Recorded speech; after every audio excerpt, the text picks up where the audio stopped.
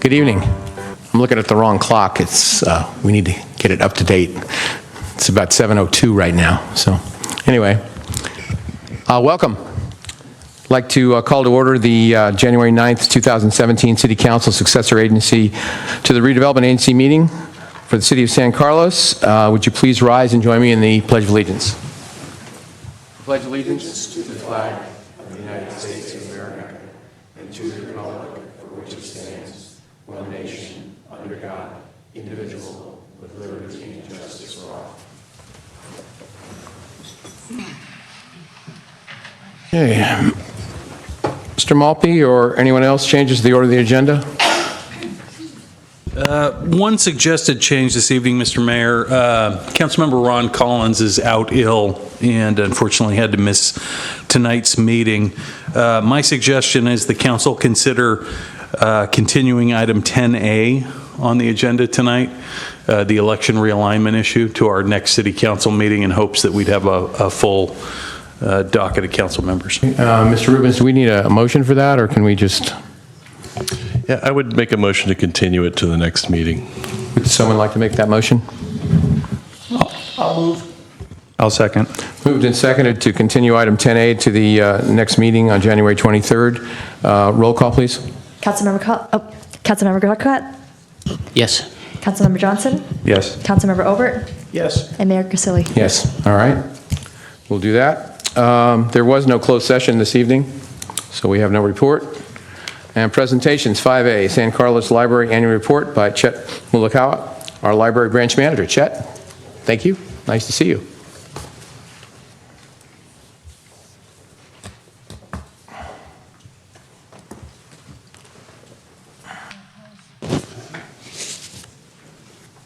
And I already butchered your name. I apologize. Mulakawa. Closer. Mulakawa. That's right. I can't. Oh, that's right. Good evening, everyone. Mayor Grisilli and members of San Carlos City Council. I'm Chet Mulakawa, your San Carlos Library Manager, and tonight is the 20th time I've had the privilege to present the annual report for the San Mateo County Libraries. The libraries continue to receive broad-based community support for library services in San Carlos, as evidenced by our robust numbers in circulation, visits to the library, computer usage, and program attendance. The San Carlos Library was established in January of 1916 when newly formed San Mateo County Free Library was established and selected San Carlos as the first town to begin offering service. In our first year, the San Carlos Library had 77 registered borrowers with a collection of 131 books, which circulated 377 times. 100 years later, in 2016, the San Carlos Library circulated well over 500,000 items, including books, films, music, audiobooks, electronic books, laptops, hotspots, bicycle locks, and more. Over 388,000 visitors used our services, and over 35,000 attended our educational and entertaining programs, performances, and workshops. In the past year, some of our highlights include establishing 10 Big Lift Little Libraries within San Carlos's borders. A little library is simply a box of books where anyone can borrow a book and bring back another to share. The Big Lift is an effort of the Peninsula Partnership Leadership Council in San Mateo County, focused on increasing county-wide reading proficiency of third grade students from 58% to 80% by 2020. We've significantly increased the number of educational summer learning programs for children and teens, such as conducting camps where kids can learn to code, how to use Arduino kits, learn to cook, or how to create art. Most programs focus on STEAM, science, technology, engineering, art, and math subjects with hands-on experience. Our summer learning program ended with awarding our second $1,000 college scholarship to a San Carlos student, and we surpassed our targeted participation goal by 30%, with 4,481 youth completing the program. Our second annual Eclectic Music Festival highlighted both local and internationally known classical music groups and solo artists, with large audiences attending. We are pleased to have this become an annual event sponsored by the Friends of the San Carlos Library, with our third series, which is beginning this coming February 18th, running through March 18th. We have extended San Mateo County Library's effort to provide tools to potential small business owners by sponsoring Co-Starters training. Co-Starters is a 9-week program that uses the talents of successful business people to coach aspiring entrepreneurs with the insights, relationships, and tools needed to turn business ideas into action and turn passion into a sustainable and thriving business. San Mateo County Library is the only place in the country where people can attend this program for free. The San Mateo County Libraries was named a 4-star library for the 8th consecutive year by Library Journal and ranked 18th in the nation and 2nd in California among libraries of similar size. The Urban Libraries Council also awarded our library system a top Innovator Award for the variety of literacy services offered. The San Carlos Library is indebted to our many volunteers who have contributed over 7,000 hours of their time, and to the Friends of the San Carlos Library providing additional financial support in excess of $33,000 a year for many of our programming and outreach efforts. We also thank Council and City staff for your continued support, especially Council Member Cameron Johnson and City Clerk Crystal Mui, who represent San Carlos on our Joint Powers Authority governing boards.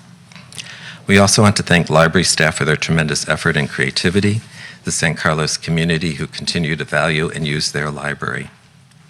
At the beginning of my presentation tonight, I mentioned that this is my 20th annual report. After a 37-year career as librarian, 27 of those working for San Mateo County and 20 as your community librarian, I will retire on March 31st. And tonight I am pleased to announce that Ali Garcia is your new San Carlos Library Manager. You can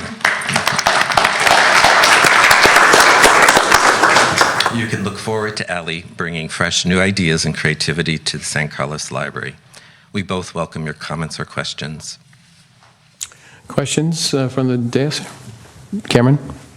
Well, I just want to say to Chet, thank you for your service to our community. I've had an opportunity to learn a lot about the library system, having served on the board for the past couple of years. I know not only do we provide a great service to our community and throughout the county, but we're nationally recognized for our work. And, on a personal note, my kids use the library system all the time. We were there this weekend. It was a great activity for a rainy day. So my family's gotten a tremendous amount out of the work that you and your staff has done, and I just want to extend my appreciation for your great career and wish you well in your retirement. And then I also just wanted to welcome Ali and say that we look forward to working with you. Other comments, questions? Chet, I think this is my 12th time to listen to you, and Sorry about that. No. You've always brought the information that's pertinent to what we need to know, and I think it's a testament to you. I'm looking at some of the other cities that Foster cities, for some reason, is a little bit out of whack on the participation, but we're right there at second place, as they say. Obviously, the work that you do gets the information out to the community, and they use the library a lot. So, thank you very much, as Cameron said, for your service, and we wish you well in your next endeavor. Thank you, and welcome to Ali. Thank you. Thanks very much. Do you want to speak, Ali? Go ahead. No. Just really quick, Please go to the, sorry. Just really quick. First off, thank you very much. And then just so you know, so there's a little bit more information about me, there is a bio in your folders as well. And I hope to get the opportunity to speak with you all and learn more about how we can partner and continue to grow the library. Great. Thank you very much. Thank you both for coming tonight. Okay, the next item on our agenda is public comment. And this is for persons wishing to address the City Council on matters not on the posted agenda. Each speaker is limited to 2 minutes. If there are more than 5, well, we go through all that, so on and so on and so on. The basic part is, if it's not on the posted agenda, this is the time to speak. Is there anyone wishing to speak on public comment tonight? All right, seeing none, we'll move on. Next item is our consent calendar. Consent calendar items are considered to be routine and will be enacted by one motion, and no separate discussion on these items unless members of the council, staff, or public request specific items to be removed for separate action. My colleagues have any removals? Otherwise, I'll listen to an... yes. Go ahead, sorry. I'd like to pull the last item, item J. J, all right. Any other items? If not, go ahead, Mark. Move approval of everything except item J. I second. All right, so moved and seconded to approve Sorry. items 7A through I. Crystal, roll call, please. Sorry, we actually have an ordinance that we need to be read into the Oh, okay. the record. All right. Mark, do you want to do that one, or? Yes, thank you. 1516, item F. Adopt ordinance number 1516, an ordinance of the City Council of the City of San Carlos amending section 10.32.226 of the San Carlos Municipal Code, restricted parking, East San Carlos residential parking permit program. Thank you. Roll call? Councilmember Grocott? Yes. Councilmember Johnson? Yes. Councilmember Obert? Yes. And Mayor Grisilli? Yes. Do you just have a question on this, Mr. Grocott, or is it going to be a longer? Maybe at the end. All right, we'll put it at the end. That's fine. All right, moving on. We have a couple of public hearings. The first is item 8A, consideration of introducing an ordinance amending the zoning ordinance Title 18 of the San Carlos Municipal Code to extend or make permanent regulations on formula business uses in the downtown core area and the 50% fee reduction for conditional use permit. Applications by such uses originally adopted on June 27, 2016, which will sunset on February 28, 2017. Mr. Savay? Good evening, Honorable Mayor, members of the City Council. As you recall, back in November 2015, in response to concerns regarding preservation of the downtown's unique character and the desire to protect small independent business climate in the downtown, the Council passed a formula business urgency ordinance for businesses in our downtown core. And since the urgency ordinance, 2 replacement ordinances have been adopted by the City Council. Ordinance 1505, which is currently in effect, will sunset on February 28th unless it is extended or made permanent prior to that date, and that's why we're here this evening on this issue. The ordinance also reduced the conditional use permit fee by about 50%, and the council also directed staff to expedite any conditional use permits that came to the planning staff. Tonight we'll be presenting the Planning Commission's recommendation and some options for City Council consideration.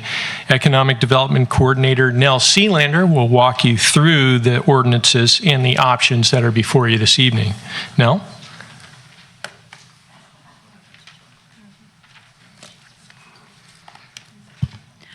Good evening, Mayor, members of the City Council. Nell Sealander, Economic Development Coordinator. So as Al mentioned, there have been various modifications to the regulations on formula business uses over the past year or so, and currently the ordinance that is in effect applies to any formula business use wishing to locate, relocate, expand by 10% or more in the downtown core area, and that's what you see here in yellow. And the regulations now only apply to the ground floor of these properties.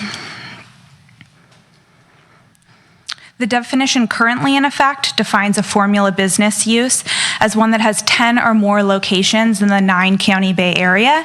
That's Alameda, Contra Costa, Marin, Napa, San Francisco, San Mateo, Santa Clara, Solano, and Sonoma counties. And this is a definition that ABAG uses, the Association of Bay Area Governments, and various other regional organizations. So any business meeting this definition in the area of applicability on the previous slide will have to first obtain a conditional use permit before opening. As Al mentioned, the current regulations will remain in effect until Tuesday, February 28th of this year. And if you'd like any extension of the regulations or modifications of the regulations to take effect prior to the sunsetting date, they would need to be introduced tonight and then adopted at the January 23rd City Council meeting. Finally, I'd like to share these findings here with you, and these must be made in addition to all of the other conditional use permit findings normally made by the Planning Commission prior to granting a conditional use permit. And these findings include that the design of the proposed use or the formula business use complement the unique small town character and architecture in the downtown, as well as enhance the economic health. And so at that point, the Planning Commission commission could consider economic factors such as the vacancy rate, or if there are vacancies in the downtown, and also if needs are unmet, if there's no bagel shop or if there's no coffee shop. Obviously, we have those now, but if there were none of those, would a formula use be appropriate? And then also, will the use contribute to a mixture of independent businesses as well as formula businesses in the downtown? So you have that mixture of businesses.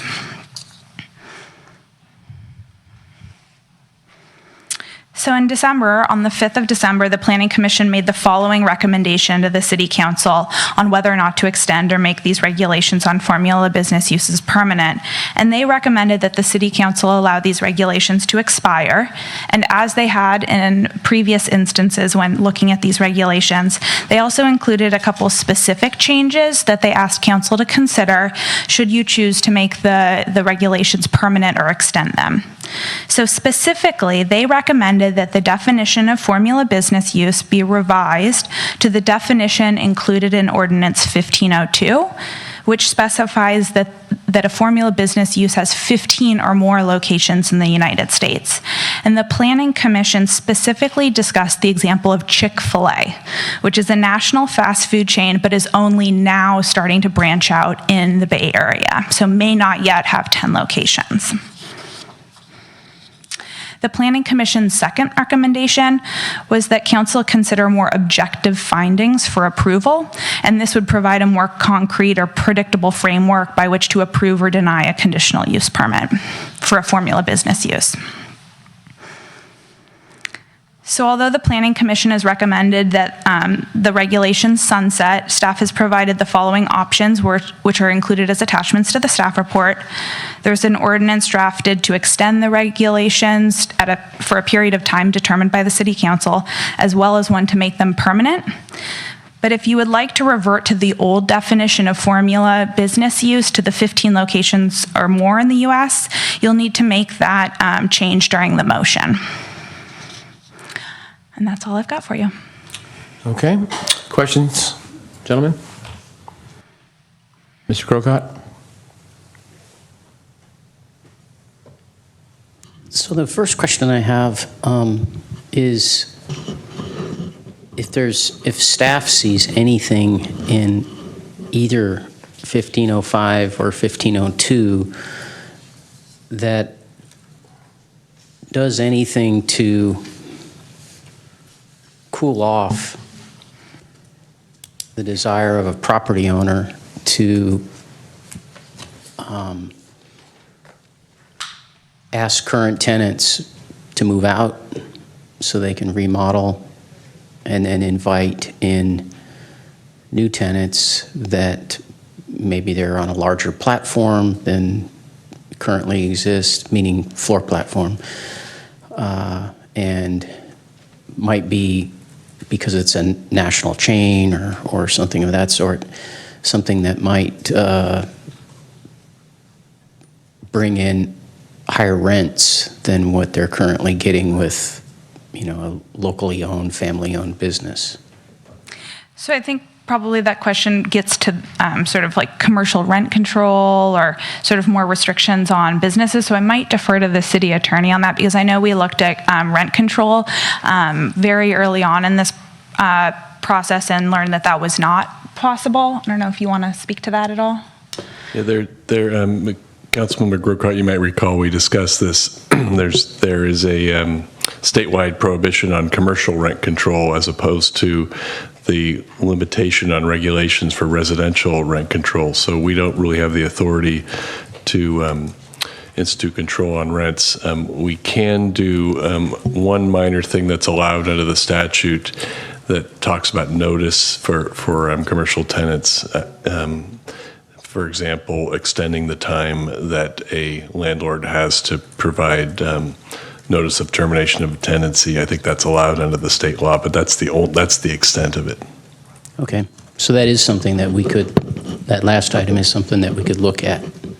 Yes, you could. Okay, and my next question is, was there any consideration by staff or has staff discussed anything post the Planning Commission meeting that might address this issue of who comes into town with a business, especially on Laurel Street, just across the board. In other words, so we treat every applicant the same, but having something that gives the community an opportunity to say, as you were saying in your presentation, a restaurant, we don't really feel like we need another restaurant. Dry cleaners, we don't really feel like we need another dry cleaners.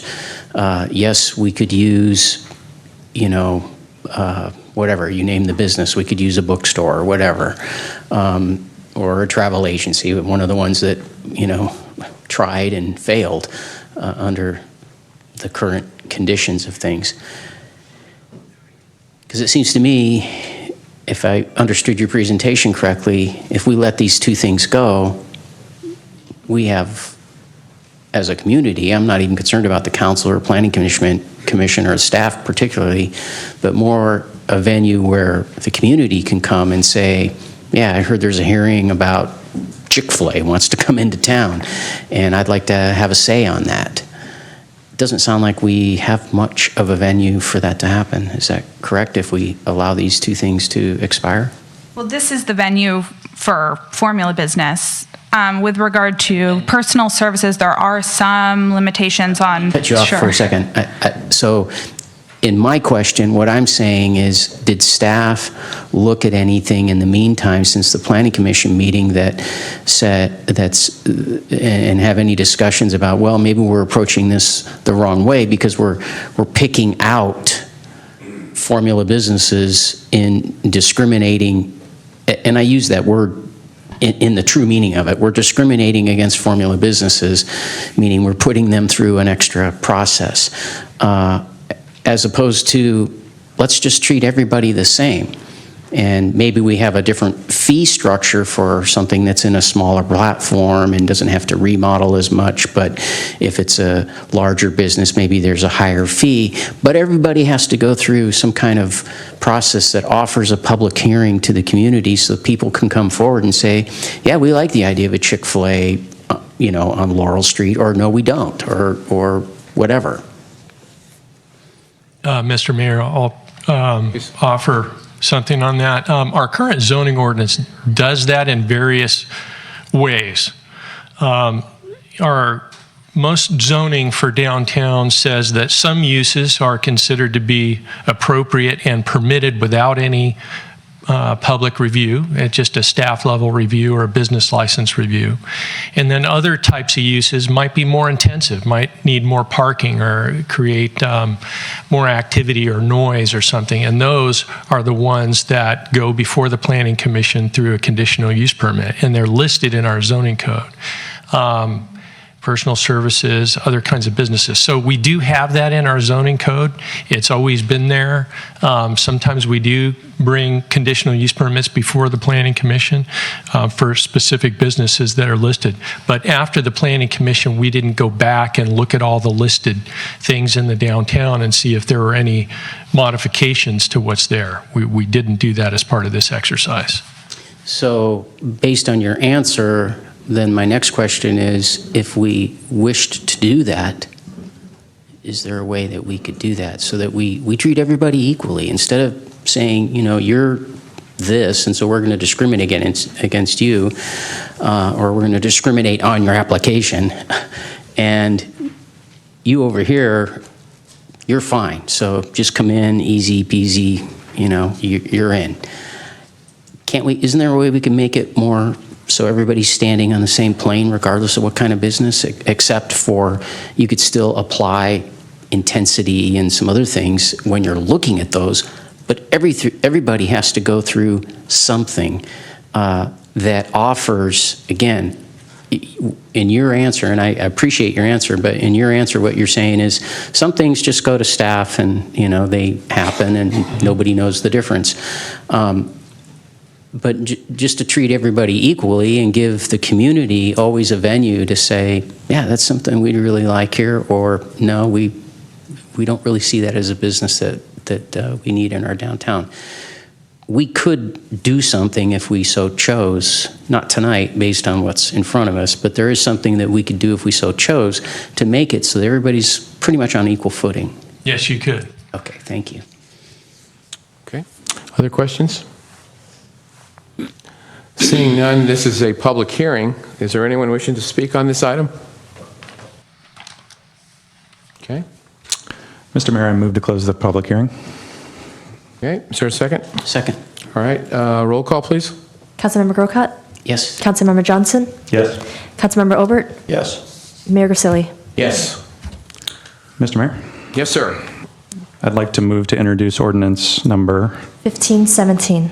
An ordinance of the City Council of the City of San Carlos amending the zoning ordinance, Title 18 of the San Carlos Municipal Code to permanently extend regulations on formula business uses in the downtown core area and the 50% fee reduction for conditional use permit applications for such uses set to expire on February 28th, 2017.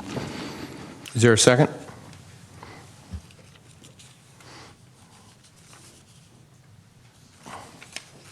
Well, I'll second it just to have a discussion.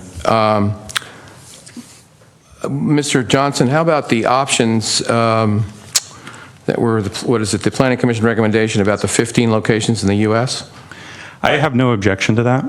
When I initially proposed this, the focus was on nationally identifiable chains, and we've gone back and forth a little bit on different ways to define that. So I'm open to any suggestion that the council would be would agree to. Would you revise your, or should we say, accept the amendment of 15 locations in the U.S. on your motion? I'd be happy to do so. Okay. All right. Again, I seconded more for not saying one way or the other, but more for discussion. So, gentlemen. Well, Mr. Mayor, I'd like to speak on behalf of the motion. Okay.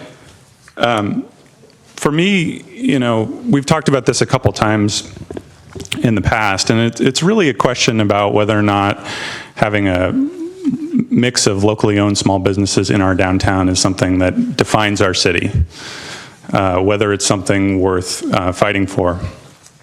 I was struck when we switched over we did our mayoral transition at our last meeting. The mayor said something that I thought was really nice. He said, "Let change be our instrument and not our master." And I think many of us are feeling like there's a lot of change going on. There's a lot of change going on up and down the peninsula. There's a lot of construction going on. There's change happening in our neighborhoods. And I think they're looking to the city council to look for practical ways that are within the law, that are in keeping with our values, to try to maintain some of the core things about our city.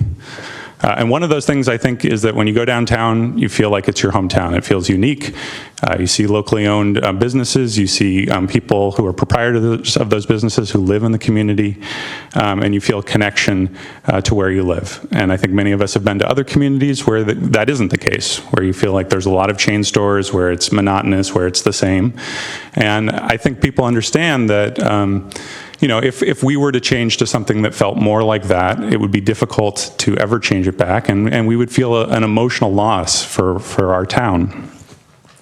And so the question is there a legal way for us to have an impact on that? And the answer is yes. This is a very light regulation. It allows people to have a say. It's been used successfully in over 20 communities throughout the state of California. As far as I understand, there's been no detrimental impact to our city in the year that we've had this on the books. We, as a city council, have the opportunity to repeal it at any time if we feel like it's having a negative effect. And it just simply gives the people in San Carlos an opportunity to have a say if a chain wants to move in. And I'll just close by saying, as you walk around, this isn't a hypothetical. You see stores boarded up, you see cranes knocking things down. As we speak, there are developers in town, there are buildings changing hands, there are people asking the question of who should we lease these spaces to?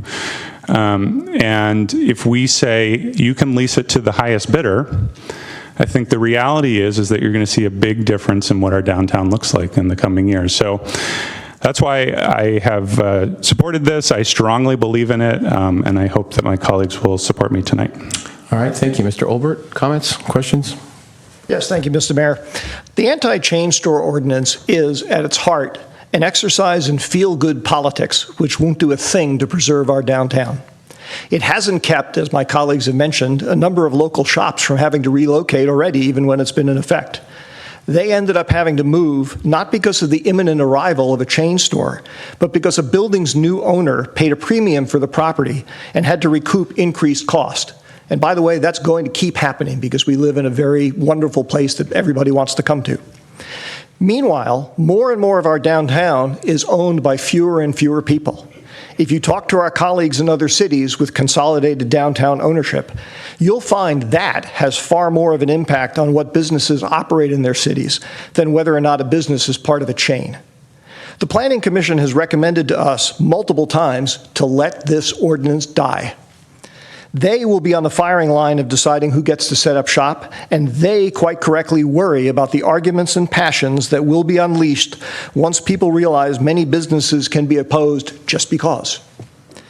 Residents and business owners both complain not about chain stores, but about our lack of parking, which is due to our downtown being vibrant and thriving and attractive to both residents and visitors alike. Interestingly, it somehow managed to get to that stature without the benefit of this ordinance, which was supposedly so critical that we had to adopt it on an urgency basis. Our downtown contains a number of very popular chain stores, operating alongside locally owned businesses, which are also very popular, proving, so far as I can see, that government regulation of who gets to operate in our downtown based on whether they're part of a chain has nothing at all to do with creating a great downtown. If we really wanted to protect our downtown, we'd enact look and feel regulations, store size regulations, limit the density, as Matt was talking about, limit the density of certain types of businesses, and think about ways to encourage diversity of property ownership. And if we really wanted to help local businesses, a separate goal which this feel-good ordinance tries to address with a wink and a nod, we'd look for ways to expand our downtown. That's what other cities on the peninsula are doing for the same reasons. But instead, we're fretting about who owns the downtown shops. So I'll be voting against this empty feel-good ordinance, which will come back to haunt us once people realize it doesn't do anything that they thought it would. To really do right by our community, we should take the time to develop effective regulations to foster diversity and maintain an attractive downtown. Thank you, Mr. Mayor. All right, Mr. Tolbert, thank you. Mr. Grocott. So, number one, my concern initially with this, when this came to us, was because of watching the downtown get bought up by developers who, as Mark said, and I understand this, I mean, I can't blame them, you know, they want to buy a property, and once they've done that, they've paid a hefty price for it, so they want to get more for their rents. And who tends to pay more for rents are national chains and, you know, the Starbucks of the world and so forth, who can afford to maybe pay a lot in one place because they're not paying as much in another place, and they're a national business or statewide or whatever they are. Cameron, I agree 100% with your sentiments.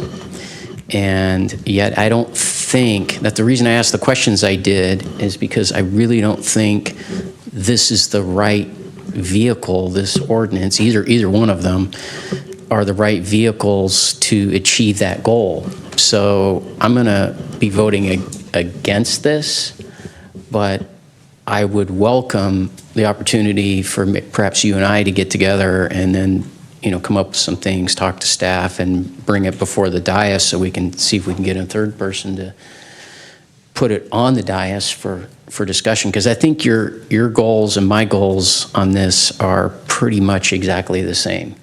I just think these ordinances, these vehicles are the wrong approach. And as you might have picked up by my questioning, I think maybe a more proper approach, a more American approach is to put everybody on the same plane, understanding that fees might be a little bit different, process might be a little bit different based on what the size of the operation is, how different is it from maybe what was there before, and those kinds of things. And I think staff could work out all those details. But I do think something that, rather than discriminating against formula businesses, which might send the signal that we don't want them at all, which I don't think is the case, if everybody gets treated equally, then it says, hey, we're everyone's an equal comer to San Carlos when it comes to their business, but we just want the opportunity. Again, I think part of it is offering the opportunity to the community to have a say, because you probably know just as well as I do, I hear all the time, some businesses is going in and people think because we're on council, we know what it is.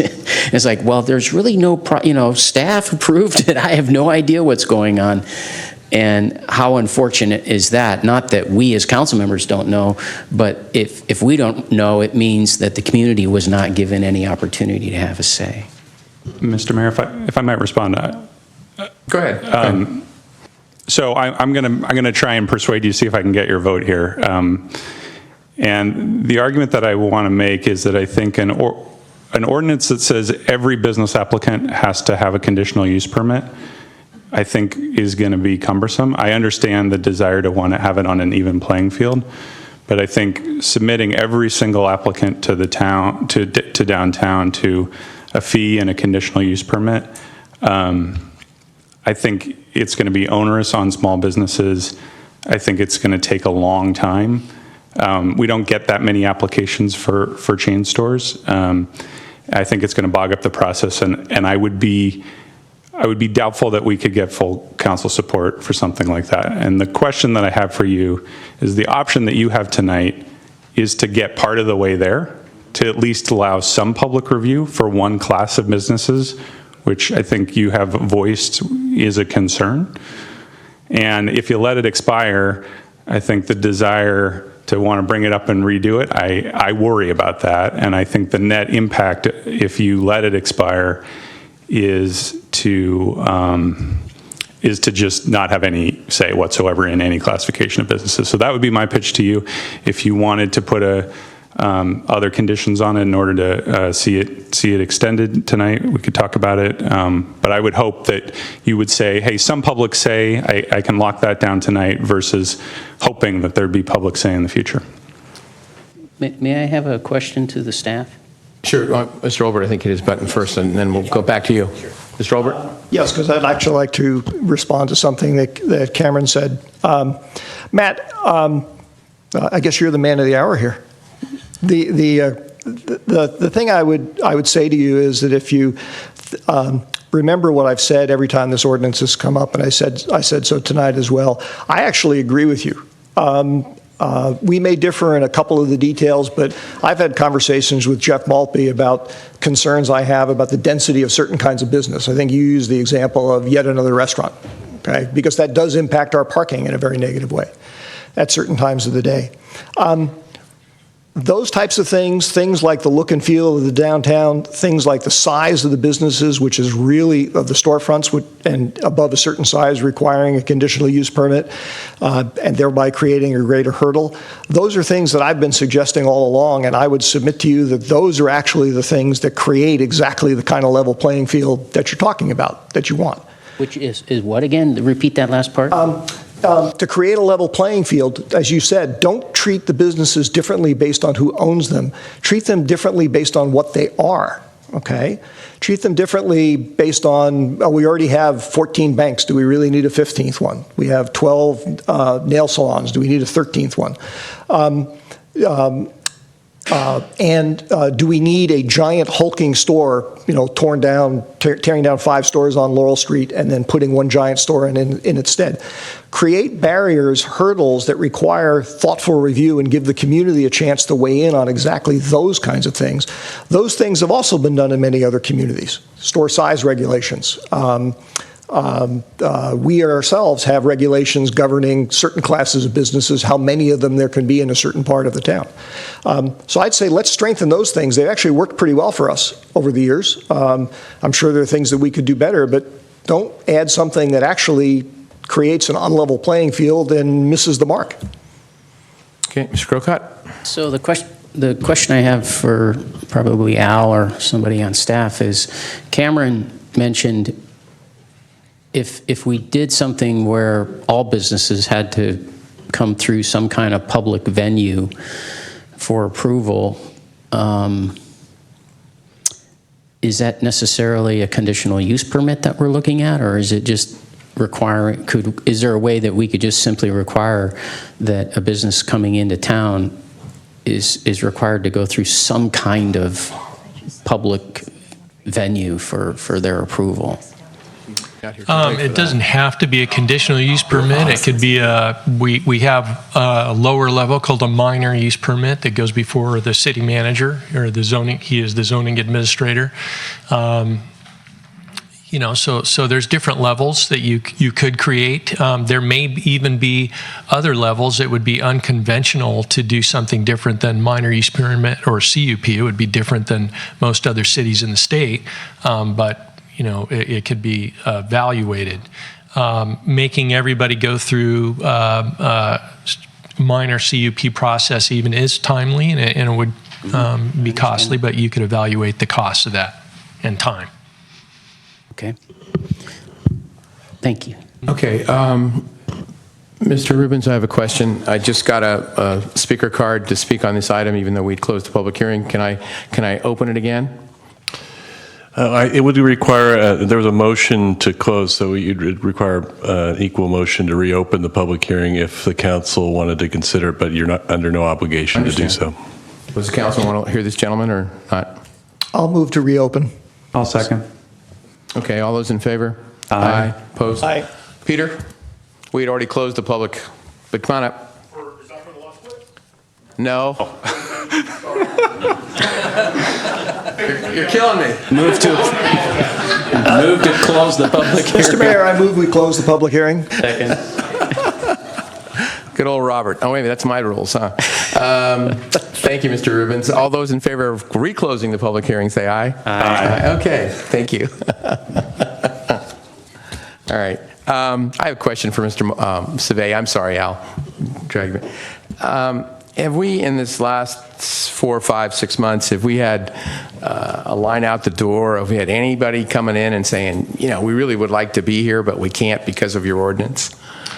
We don't want to spend the money because, we just don't want to do this. We did have one formula business who decided not to come to town because of the formula business ordinance. Okay. One. How many businesses would you say? I can think of 3 or 4, at least 2 right off the top, that have changed hands on Laurel Street in the last few months. Bistro Burger came in for San Remo, and then the wine, there was a little wine bar that now is a Vietnamese Thai restaurant. I'm trying to think of a couple. I know, unfortunately, Vanilla Moon is going to close or has closed. Are there any that come to mind otherwise? Bunga changed over. Right, they changed over. Right. Yeah. I guess what I'm getting at is that since there was only one, and I honestly can't remember. I think I voted with Cameron the first time around on this because I thought we should have to see what was going to happen.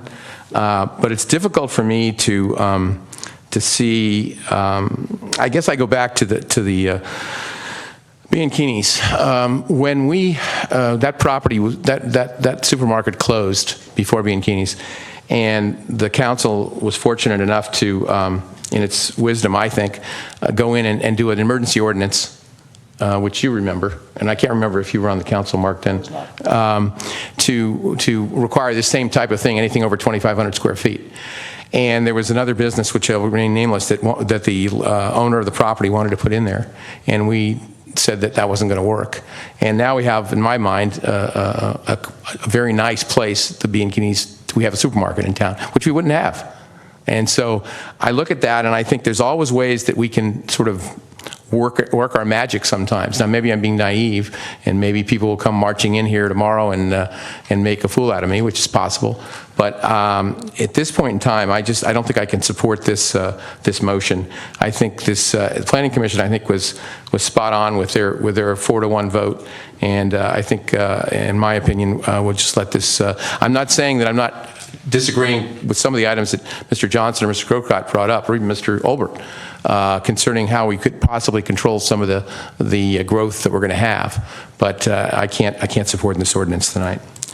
Any other comments, Mr. Grocott? Last shot. Yeah, last shot, just briefly. I am going to vote with Cameron to show support for the goal. Okay. But again, I think it's something we need to revisit, and I We think will it's- be revisiting it. Yeah. And, For sure, if you vote with him, yeah. well, and that's the other reason, is to give Ron Just a an second, opportunity. just a second. Just let me, Mr. Olbert, and then I'll get to you, Ms. Johnson. Yeah, Mr. Mayor, I just wanted to mention that the examples that you and Al were exchanging there, unless I missed something, actually, none of those changes of businesses actually had anything to do with who owned the business, whether it was a chain or not. No. And your comments, which I agree with, both in the specific about Bianchini's and in general, is it's the nature of the businesses that are in the downtown that are important, not who owns them. And that's where I think this council in years past has in fact tried to manage things, tried to manage what I think of as the ecology of the downtown, so it's mutually supporting. And I would, as I told Mr. Grocott earlier, I definitely support doing stuff like that. We could do more than what we've done. This notion of formula, who owns it, that's just like, as a finance guy, I can come up with all sorts of ownership structures that would navigate through this and therefore make it a moot point. Okay. Mr. Johnson, I think before you speak, I misspoke, because what will happen is, in theory, is that this will expire if we take no action, it'll expire on February 28th. I assume that's what you were going to say. I was, and given that we're potentially heading for a 2-2 tie here, in which case no action would be taken and that we don't have a full council, I'd make a motion that we continue this item to the next meeting so that we have an opportunity to have a full council weigh in. Okay. Mr. Rubens, can that supersede the motion that's on the floor? Yeah, yes, it can. It's a motion that's entitled to preference. Just keep in mind that I know we might get a little laugh at us, but we'd have to reopen the public hearing as part of the continuance. Absolutely. I'd actually like to suggest that since we have in place a procedure which says that items can't be put on the agenda unless 3 council members actually wish to have them on the agenda, that why don't we first simply ask when Ron comes back whether he wants to discuss this? I mean, if there are 3 people who want to discuss it, then fine, bring it back. If there's not, there's no reason to bring it back. Well, I think Mr. Johnson's point is well taken. I think we need a 5th vote on this. So, and if you want to, you make the motion to continue. I'll second that motion. Any discussion on that? All right, we'll have Mr. Rubens. You're going to just to make sure that part of the motion is to reopen the hearing. Right. I'm sorry, and reopen the public hearing. Yes, for Mr. And can I just say one other thing? The timing. With a continuance, there'll be a gap in coverage under the ordinance, just so the council is aware of that. Well, I apologize. I'm missing the gap in coverage. Meaning that we have to introduce and adopt the ordinance, and the timing will be that there will be a small gap under which there is. I understand. Okay. I understand. Mr. Malby, do you think we can have this on the 23rd? Yes, of course, we can get it on. Okay, thank you. All right, so if there's a motion, let's see if it passes. Motion on the floor. Crystal, please. Councilmember Grocott? Yes. Councilmember Johnson? Yes. Councilmember Olbert? Yes. Mayor Grisilli? Yes. All right, thank you, gentlemen. So we'll bring this back on the 23rd with our 5th member. Nobody get the flu in the interim, okay? Yeah, you've been through it already. Thank you, Mr. Zave. Thank you, Nell, very much. To be continued. And now we'll go to 8B. Good evening once again, Excuse Mayor. me, I'm sorry. I just want to read it because that way it's on the record. Consideration of introducing an ordinance amending Municipal Code Section 17.16.030 and 17.16.040, addressing minimum lot size for subdivisions in the RS-6 single-family zoning district and flag lot subdivisions. Thank you, Mr. Svay. Go ahead. Thank you, Mr. Mayor, members of the City Council. In response to growing community concerns about lot splits in single-family neighborhoods, the council passed an urgency ordinance that effectively prevented lot splits so that staff would have the time to discuss this matter with the Planning Commission and the community before returning to the City Council with a recommendation. Since last summer, staff has gathered and analyzed data, renewed regulations, and conducted extensive community outreach. This culminated in a recommendation from the Planning Commission that is before you this evening. And what I'd like to do is have Lisa Porras, our principal planner, walk you through a summary of the process and the proposed amendments, and will be available following her presentation to answer questions. Lisa? Thank you. Good evening, Mayor and members of the City Council. As Al mentioned, since last summer when the urgency ordinance was first introduced and extended, staff has been working with our GIS support staff to analyze and prepare information that we could present to the Planning Commission and to the public in consideration of developing a recommendation to the City Council. Let me go to the next slide. So basically, this process included the outreach that Al mentioned, and that's outlined in detail for you as part of Attachment 7 to your staff report. The process also involved a review of previous and existing subdivision regulations concerning parcel size, a presentation of maps and data relative to parcel sizes and subdivision potential in the RS6 zoning district. We also discussed what it would mean if the city changed its rules about minimum lot size and to go back to what they were prior to the comprehensive zoning ordinance update that was done in 2011.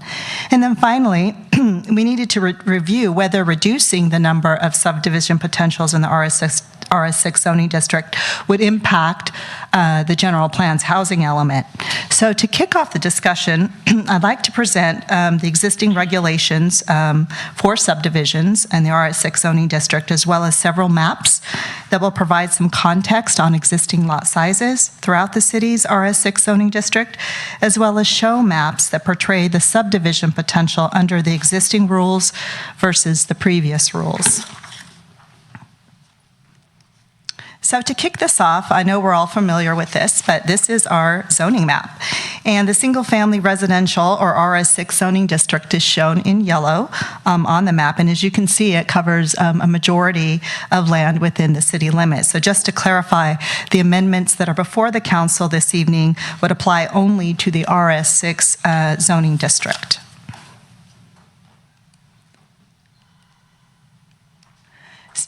Whoops. Let's see. Okay, so if we take a look at the existing regulations, or at least the regulations that were in place prior to the passage of the urgency ordinance, we can see that on the left, the first column shows a range of site cross-slope percentages. And basically, this is step one in determining the lot size requirements of a parcel that is being considered for land division. So as you can see, depending upon the degree of slope, the required minimum parcel size can range anywhere from 10,000 square feet up to 2 acres. However, special attention should be paid to the footnote that is shown in red on this slide here. So this footnote applies to all land zoned RS6, and basically what it refers to is that the minimum parcel size for land with a cross slope less than 20% can be a minimum of 5,000 square feet with a corresponding minimum lot width of 40 feet. The addition of the footnote was added in 2011, just after the zoning ordinance was updated. But prior to that update in 2011, there was no footnote. So basically that meant any land division in the RS6 zoning district would need to be a minimum of 10,000 square feet. So based upon the community's desire to limit subdivisions in the RS6 neighborhood, staff first step was to look at RS6 lot size characteristics. And again, we used GIS analysis to produce several different maps, 5 which I'll share with you this evening, and I'll briefly run through those. The first map is all lots that are equal to or less than 5,000 square feet. The next map I'll be sharing with you are lots that are equal to 10,000 square feet or greater. And then we'll take a look at maps regarding subdivision potential based upon current regulations and then based upon previous regulations. And then we'll also take a look at flag lots as well. So beginning with the first map, staff looked to see how many lots were equal to or less than 5,000 square feet. And we found that overall within the RS6 zoning district, there were just over 1,000 lots of this size. And so this map here is basically depicts the geographical distribution of these lots. And we can see most of them are located in the city's east side neighborhood and also within the area south of Britain and going towards Eaton Avenue. And the reason we show these lots is because they represent the minimum lot size for for land division that was in place just prior to the urgency ordinance. And the standard doesn't mean that every single lot needs to be 5,000 square feet. It just means that the minimum required through a land division would be 5,000 square feet. So as we just saw, the subdivision ordinance requires us to look at more than just parcel size, but also its slope, the shape, and its relationship to the street. So this is just to provide the council with some context at the low end of the spectrum. So if we go to the other end of the spectrum and we look at how many lots are equal to or greater than 10,000 square feet, we found that there are just over 1,200 lots of this size, which is a couple hundred more than the number of lots that we saw that were 5,000 square feet or less. So after we had a sense of the range of lot sizes from 5,000 to 10,000, we wanted to see how many lots could potentially be subdivided under the existing regulations if we factored in site cross slope as well as lot width, which we know are required components of any land division. And so this map shows how many parcels could potentially be subdivided under the rules that were in place just before the urgency ordinance was adopted. So we took all lots with a size of 10,000 square feet or greater, and we ran them through the subdivision requirements for site cross slope and lot width, and we found that there was a potential for 259 lots in the RS6 zoning district that could potentially be subdivided. So next, we wanted to see, well, how many lots could potentially be subdivided if the rules were changed back to what they were prior to 2011, with the underlying community sentiment to reduce or stop subdivisions altogether in the RS6 neighborhoods. So this map here is showing the amount of subdivisions that could occur if the regulations revert back to what they were before 2011. And under this scenario, as you can see, a total of 14 parcels could potentially be subdivided as opposed to the 259 that were shown on the previous map.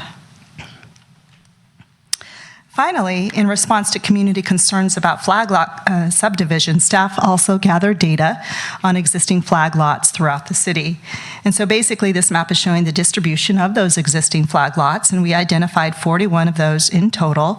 Most are over 10,000 square feet, and as you can see are located in the hillside areas or at the end of cul-de-sacs. The city's current subdivision ordinance does not prohibit flag lots, but there is a finding that says the shape of the lot needs to conform to the general pattern of the neighborhood. And so at present, when a flag lot subdivision is proposed, we evaluate its effects relative to the general pattern of the neighborhood.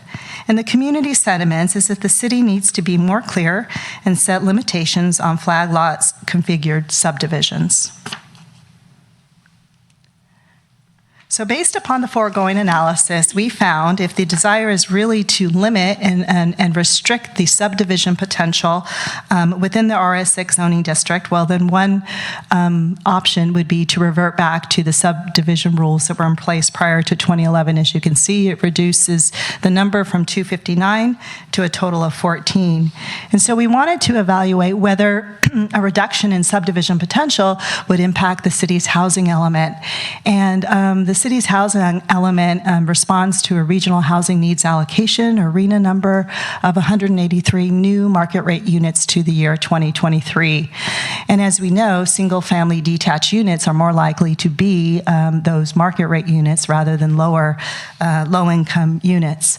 Right now, based upon the fact that we have 455 new units approved or under construction, there would be no impediments to achieving our housing needs if the city's desire was to revert back to the subdivision regulations that were in place prior to 2011.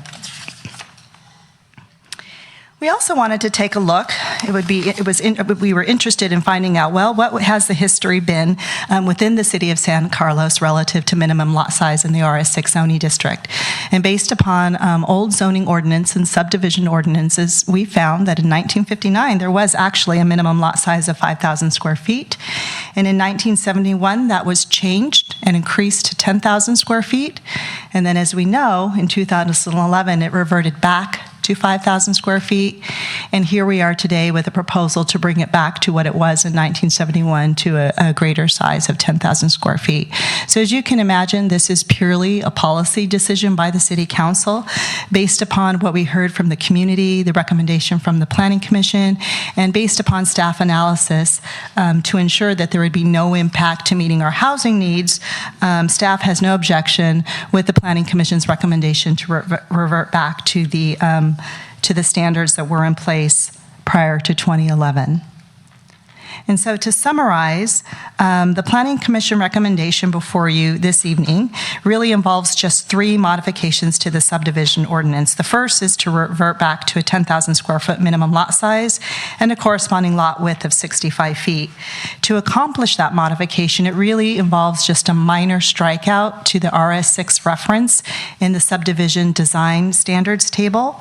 As we looked at the language within the subdivision ordinance, we found an erroneous statement made to the definition of a lot width.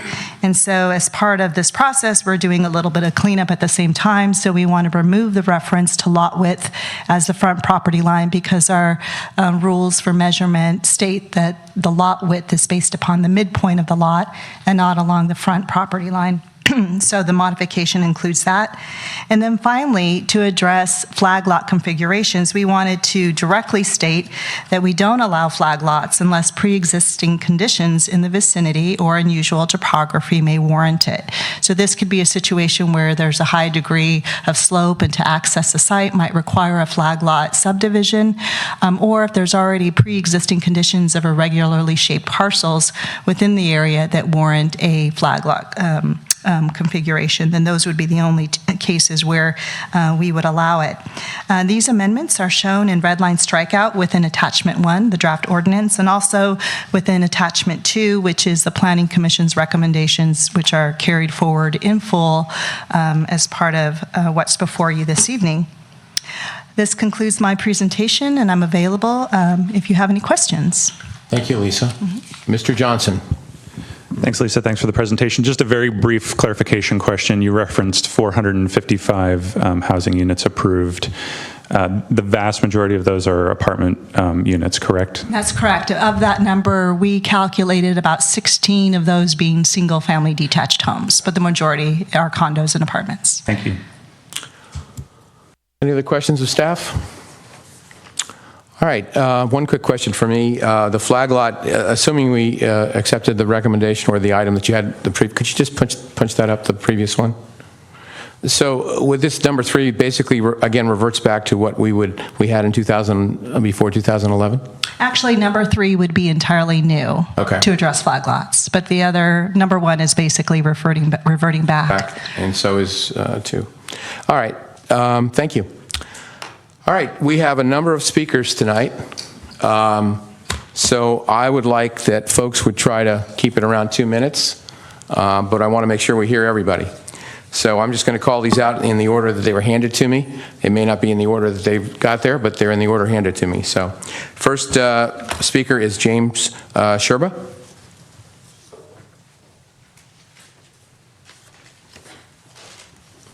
Welcome, thank you. Thank you. I urge a yes vote in rolling back the requirements for lot splits to the 2011 and earlier standards.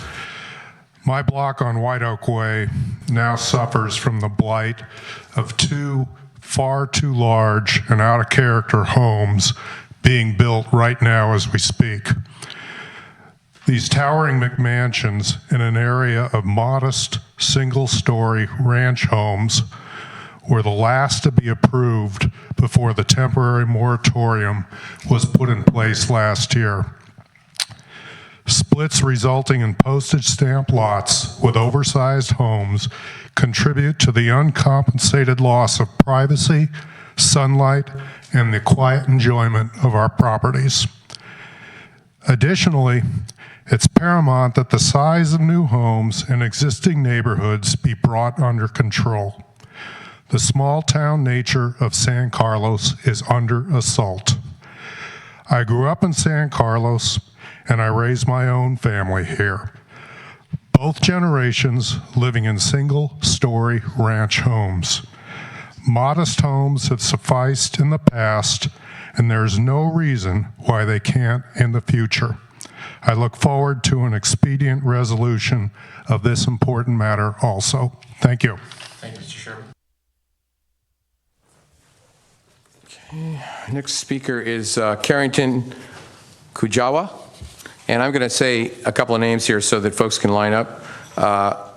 Chris Dwipa, I'm sorry if I butcher these names, I apologize.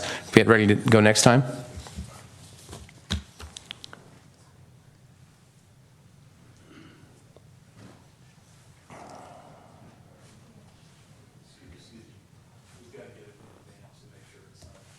Anything? Oh, yeah, sure. Okay, well, I can just tell you then this on this. So I've been here for several different meetings in regards to the lot splits. I have lived in San Carlos, and I'm raising 3 boys in a home that is on a lot that is a double lot. If you look at it in conjunction to the length and the size of the lot, it's over 10,000 square feet. This particular property has 2 addresses. Most people driving by would think that it's 2 properties when it is 1. It is unique, and when we bought the property, we felt that it was important to know that down the road we would have the option to be able to split it if we ever needed to, not that we intend to. When I came to these meetings thinking that, there were very few of us in our neighborhoods that have these double-sized lots, that it would be important to be able to protect these things. And when I came, I heard some stories of people who live right now and are having, lots split that are not conducive to their neighborhood. And it started me thinking, and I came here and I left and I said, you know what, there's got to be a double way to be able to make both sides happy. To be able to split if you'd like to, if you're within a certain, standard to that neighborhood, or if you're in a neighborhood that has these exceptionally large lots that are all, let's say, all 100 feet across, that you would be protected from having lot splits because it's not cohesive to the rest of the street. So I want to say that this new ordinance that we have doesn't, or the one that we have that we're trying to roll back, isn't necessarily looked at in the correct way. It needs to be looked on by block, because when this city was constructed, it wasn't all constructed in the same year, like some cities are, where everything can be 50 by 100. In my particular block, the majority, 12 out of the 36, are 40-foot fronts. My lot is 95. If I was not allowed to, under this new ordinance at 65, to be able to split, I am allowed to be larger. What is happening now to me, if we think forward, is that the house next to me also has a large frontage. We're one of the only 2 on the street. They are building a McMansion. Totally fine. They bought this huge lot for a lot of money, and they want to build. But when you look at the houses all around there with 40-foot fronts, and then all of a sudden you see a 90-foot front, it doesn't work within the neighborhood. So I think that we need to look beyond just a lot split as something as a negative, but we need to look at it as an option for people. And it's not always necessarily that people are going to build a 2-story house. But if we aren't giving the opportunity to split these to whatever the medium or the mode is of that block, then we're really kind of not looking at the nature of our neighborhoods in the way that they were constructed originally. So I think that it would be important because I think it would be a win-win for those that have 100-foot lot fronts, that if the median of their street or their block is, let's use Carmelita as an example. I'm sorry, could you wrap it up? You're way over 2 minutes. Just really quick. Let's just say that particular block, that the mode of those were 12 at 100 feet fronts. Then that would mean that if someone partitioned and said, I want a lot split down to a 50 front, that they couldn't do that because that particular block median or mode would have been all 100-foot fronts, so that would not have worked. But on my block, where the median of 12 homes out of the 36 are 40-foot fronts, that's something in a situation where you can lot split to fit that area. So anyway, I hope that makes sense. Okay, thank you for your comments. Sorry.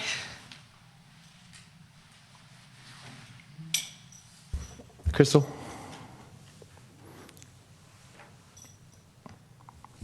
What do I don't have the right finger? I don't know. Forget it. I'll just do it on my own. Chris Quinn, since I obviously can't read that, I apologize, Mr. Quinn. And followed by Brent Cowan. Keep it real brief. I live on Carmelita. We have 100-foot lots. Interesting idea that she brought up, but that's not on the table tonight. Basically, I don't see any reason why you would not vote to roll back to 2011. I've heard from some of the members here that they're concerned about an economic taking, that you would limit what an owner could do if you don't allow a split.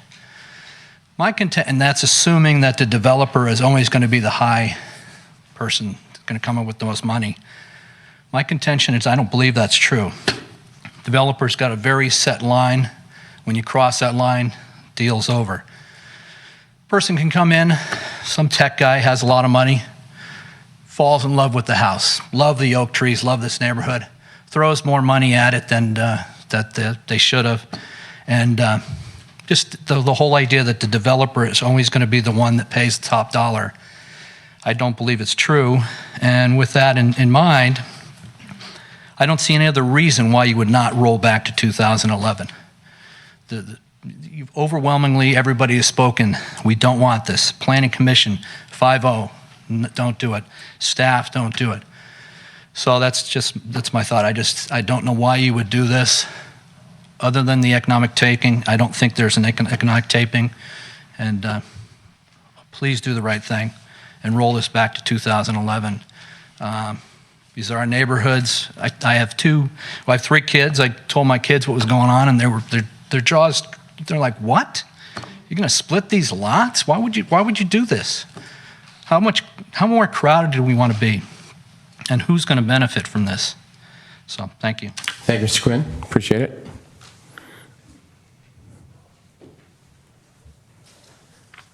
Brent Cowan, followed by Ron Granville, please. Good evening. Evening. I was here back when the urgency ordinance was put in place back in May, June timeframe, and since then I've attended all the outreach that the planning department's done. This issue hit home last year when we had a potential lot split with flag lots on Cedar, and our entire block is pretty much unified, I would say, exactly unified in terms of thinking that it was not the appropriate thing for our street.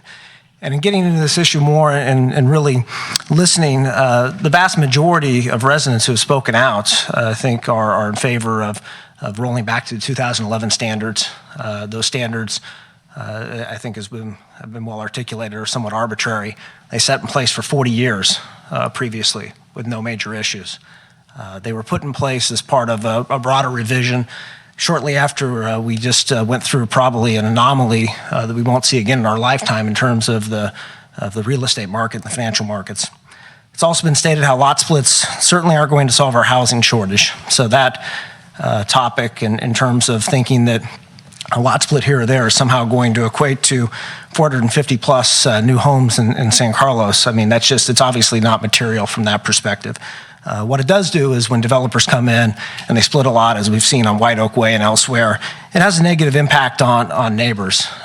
Some real, perhaps some perceived, but at the end of the day, you see a 5 to 10x factor in terms of dissatisfied residents for one resident that's satisfied. So with that, I would urge the council to adopt or introduce and adopt the ordinance amending and reverting to the 2011 standards. Thank you. Thank you, Mr. Cowan. Mr. Granville? Thank you. First, I want to thank the council for passing the moratorium when it did to allow time for community dialogue in this issue. The process has been an education for me.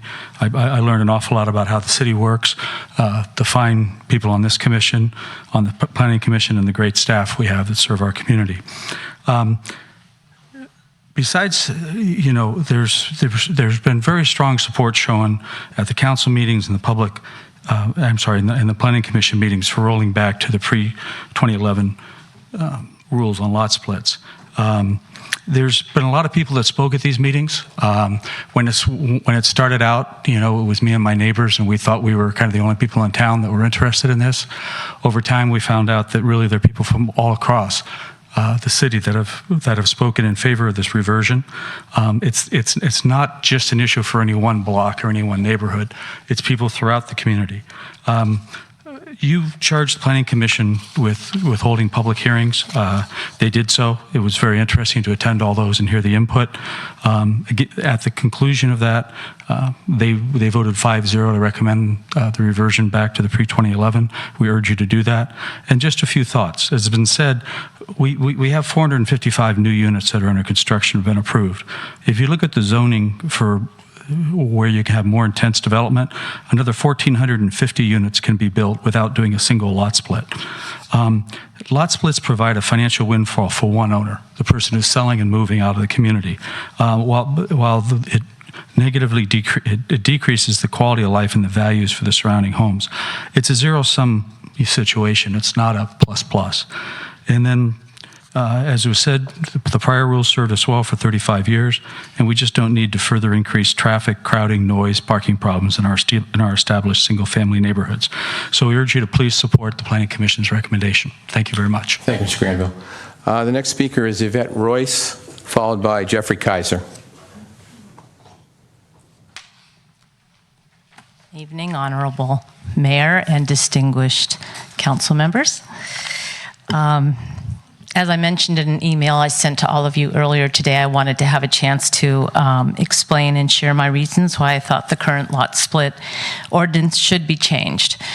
It's my understanding that the 2011 change was made due to this ordinance to allow for the building of more homes. And as has been mentioned a couple of times already, evidently there is a type of a city building quota that does need to be fulfilled over a certain period of time, but we've learned that San Carlos has now not only met that quota but surpassed it.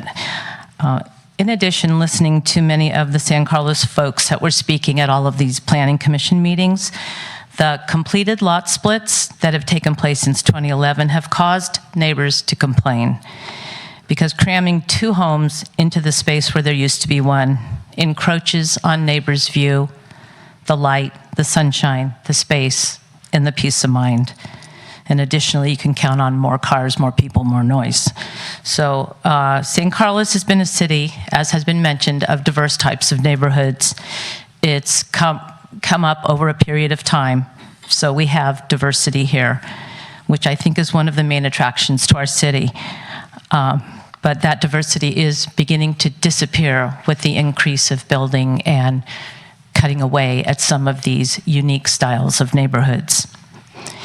And I do respect how the rights of property owners need to be safeguarded, and I wish there was some magical way that we could try to do both, but I'm addressing what needs to be addressed right now. The rights of the other citizens in the neighborhood should also be, I think, regarded, because they're the ones being impacted. If someone moves onto a street because the atmosphere it offers is pleasing to them, such as large lots or open space or trees or whatever, should that suddenly be changed because one of the many wishes to change it? Or should the input of all be considered? I'm wrapping up. I know you are. We've had several open meetings on this topic, and I can count on one hand the number of speakers who have spoken in favor of the ordinance as it stands now. And I won't go into it, but it's really for the benefit of the developer. Neighborhoods offer many different attributes. When you choose an area where you want to live, because of what it has to offer, it's not pleasing when a sudden sweeping change takes place and impacts what you value and what you have invested in both financially and with years of your life. Therefore, I encourage you to vote to rescind this ordinance to the pre-2011 standards. Thanks for listening. Thank you. Next speaker is Jeffrey Kaiser, followed by Tom Dearden.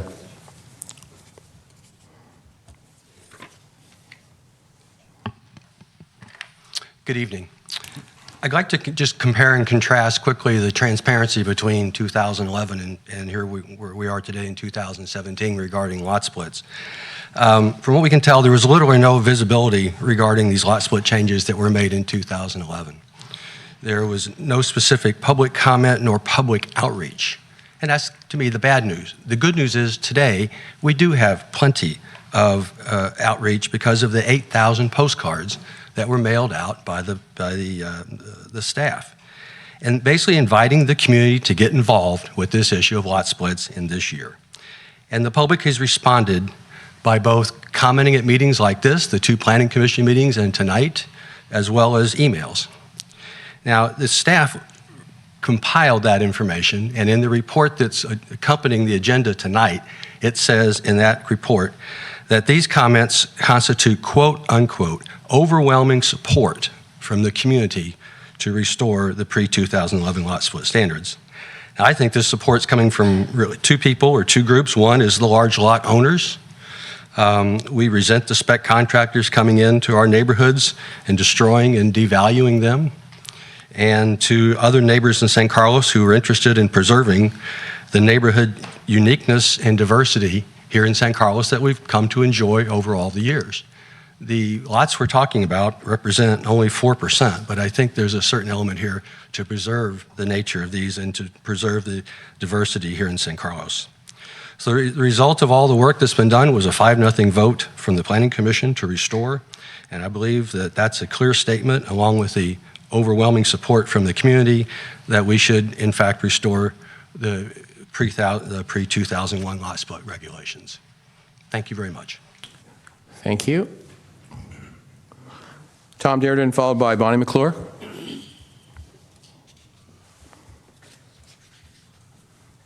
Tom Dearden, and I live on Carmelita.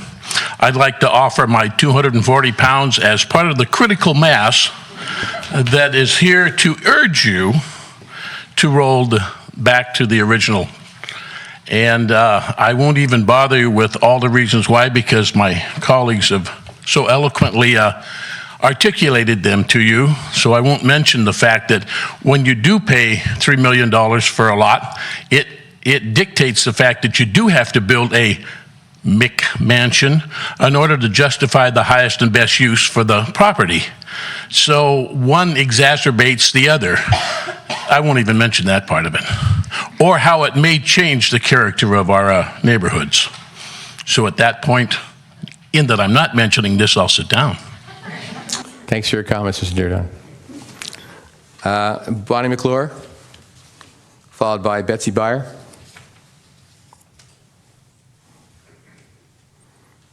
I like your hat, Bonnie. That's cute. Well, I didn't want to have to comb my hair. So. I'll have to use that next time.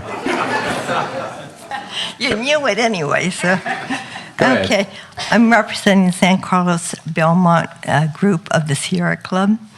And it's our contention, and I know you all know it, but I'm here to support that you revert to the 2011 ordinances. And we're concerned about the habitat and the reduced greenhouse gases. We want to see the development downtown, down by the transit. And you know you've heard me say this before, but these lots that are out in the hinterlands mean that if you split them, there's going to be a house and cars.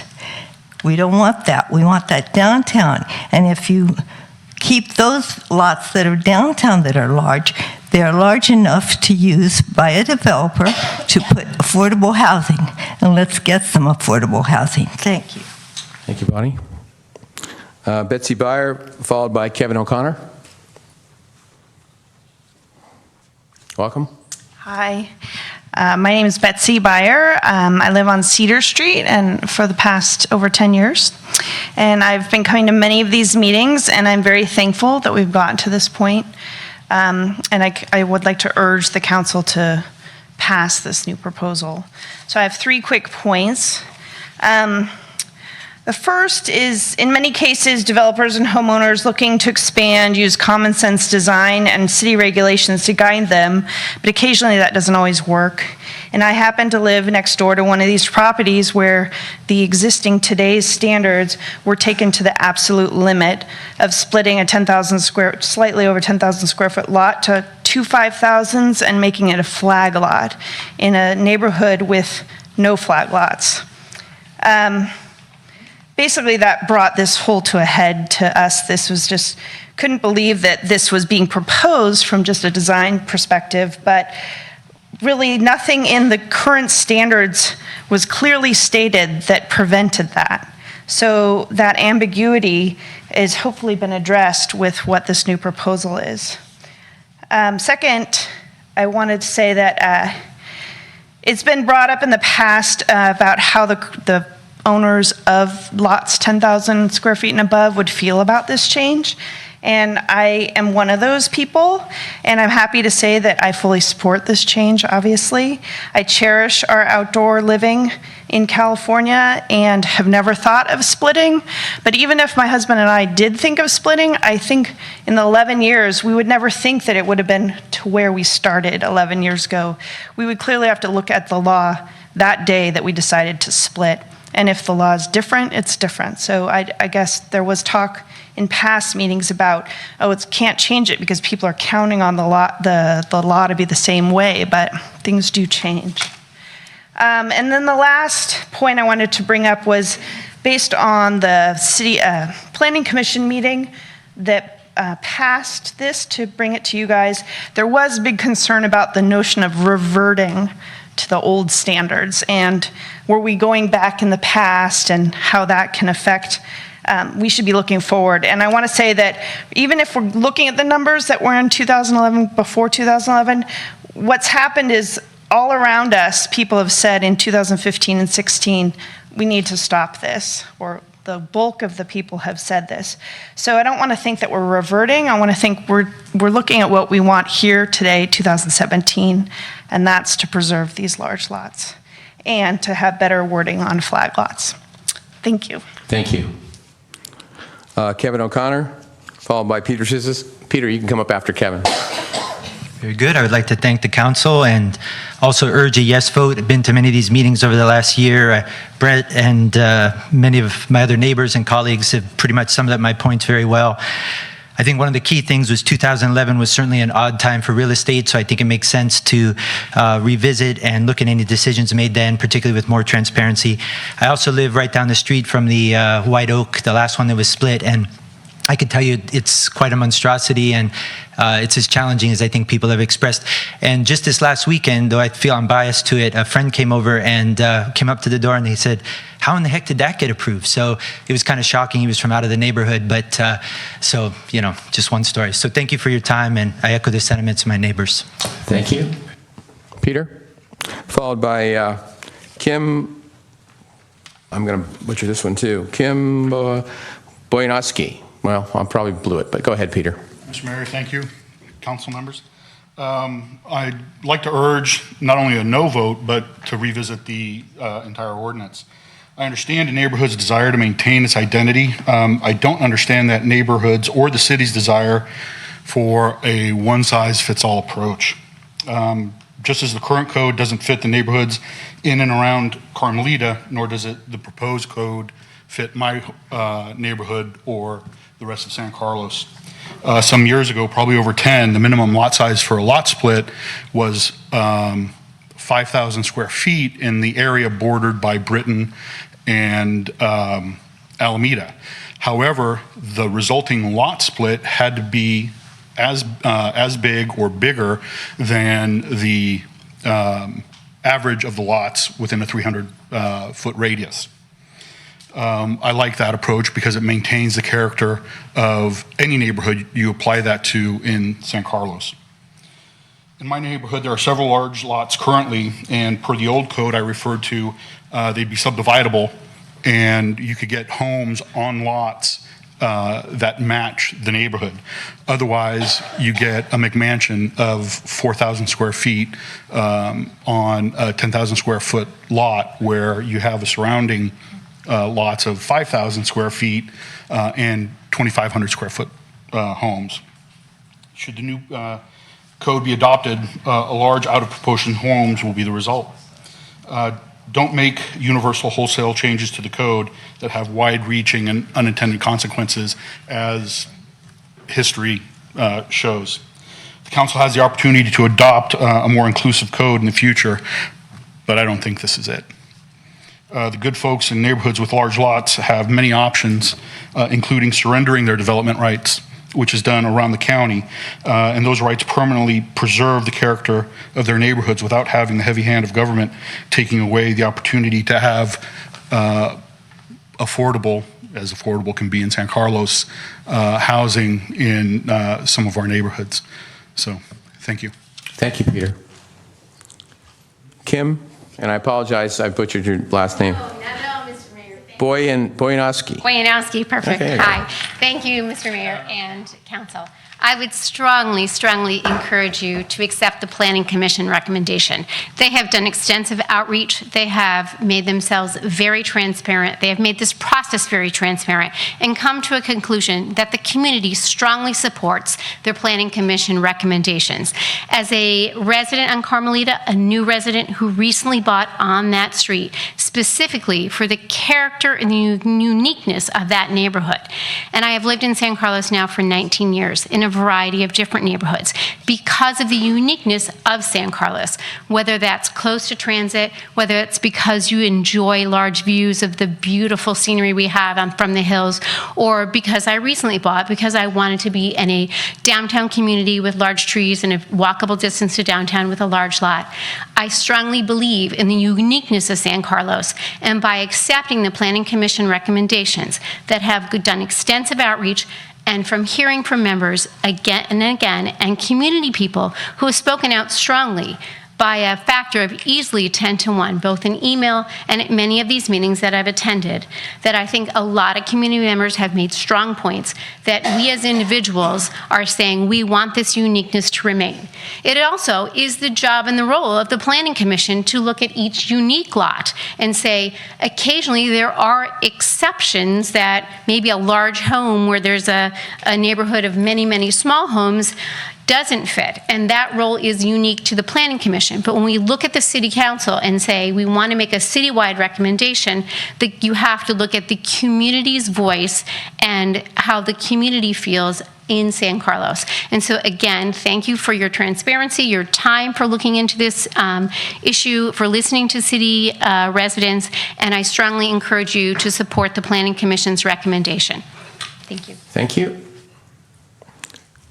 Steve Gadikian, followed by Brian Ponte.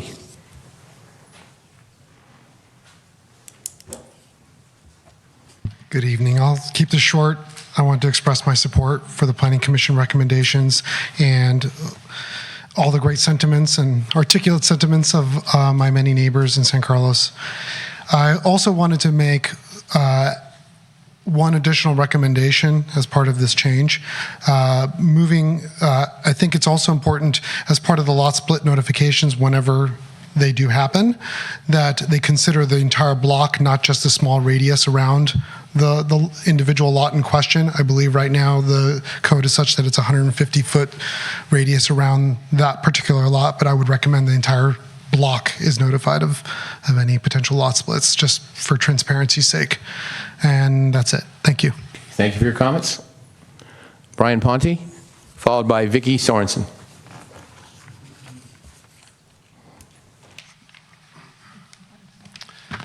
Good evening, Mayor, Gracilli, members of the City Council. Without repeating the many persuasive arguments and comments that have preceded me this evening, I will strongly urge you to adopt the recommended ordinance and restore these sections of the municipal code to where they were prior to the 2011 changes. Thank you. Thank you, Mr. Ponte. Vicky Sorensen. Hello, I'm Vicki Hello. Sorensen. I just want to point out that in 1971, the City Council looked at the lot splits and decided to increase it to 10,000 square feet, or whatever it is. And I'm wondering what their reasons were back then. And that saved our large lots for 40 years. And now we've just had this for 6 years. So shouldn't we just go back to the 40-year plan? Thank you. Okay, thank you for your comments. Now, I have no other speaker slips. Is there anyone else wishing to speak on this matter? Yes, ma'am. Please come up, and later on, if you could fill out a slip for the city clerk, that would be great. Thank you. I am Sandy Althouse. I live on Magnolia Avenue. And within the past year, I've seen so many large trees. I'm sure some of them were heritage trees. There were a number of oaks taken out. But it just seems like there's so many trees being taken out and nothing's being replanted. So it just seems natural with lot splits, with more construction going up, they're going to be taking out more trees. And we shouldn't be removing trees. We should be keeping what's here and hopefully growing some more. So let's go back to 2011. Okay, thank you. Is there anyone else wishing to speak? Yes, ma'am.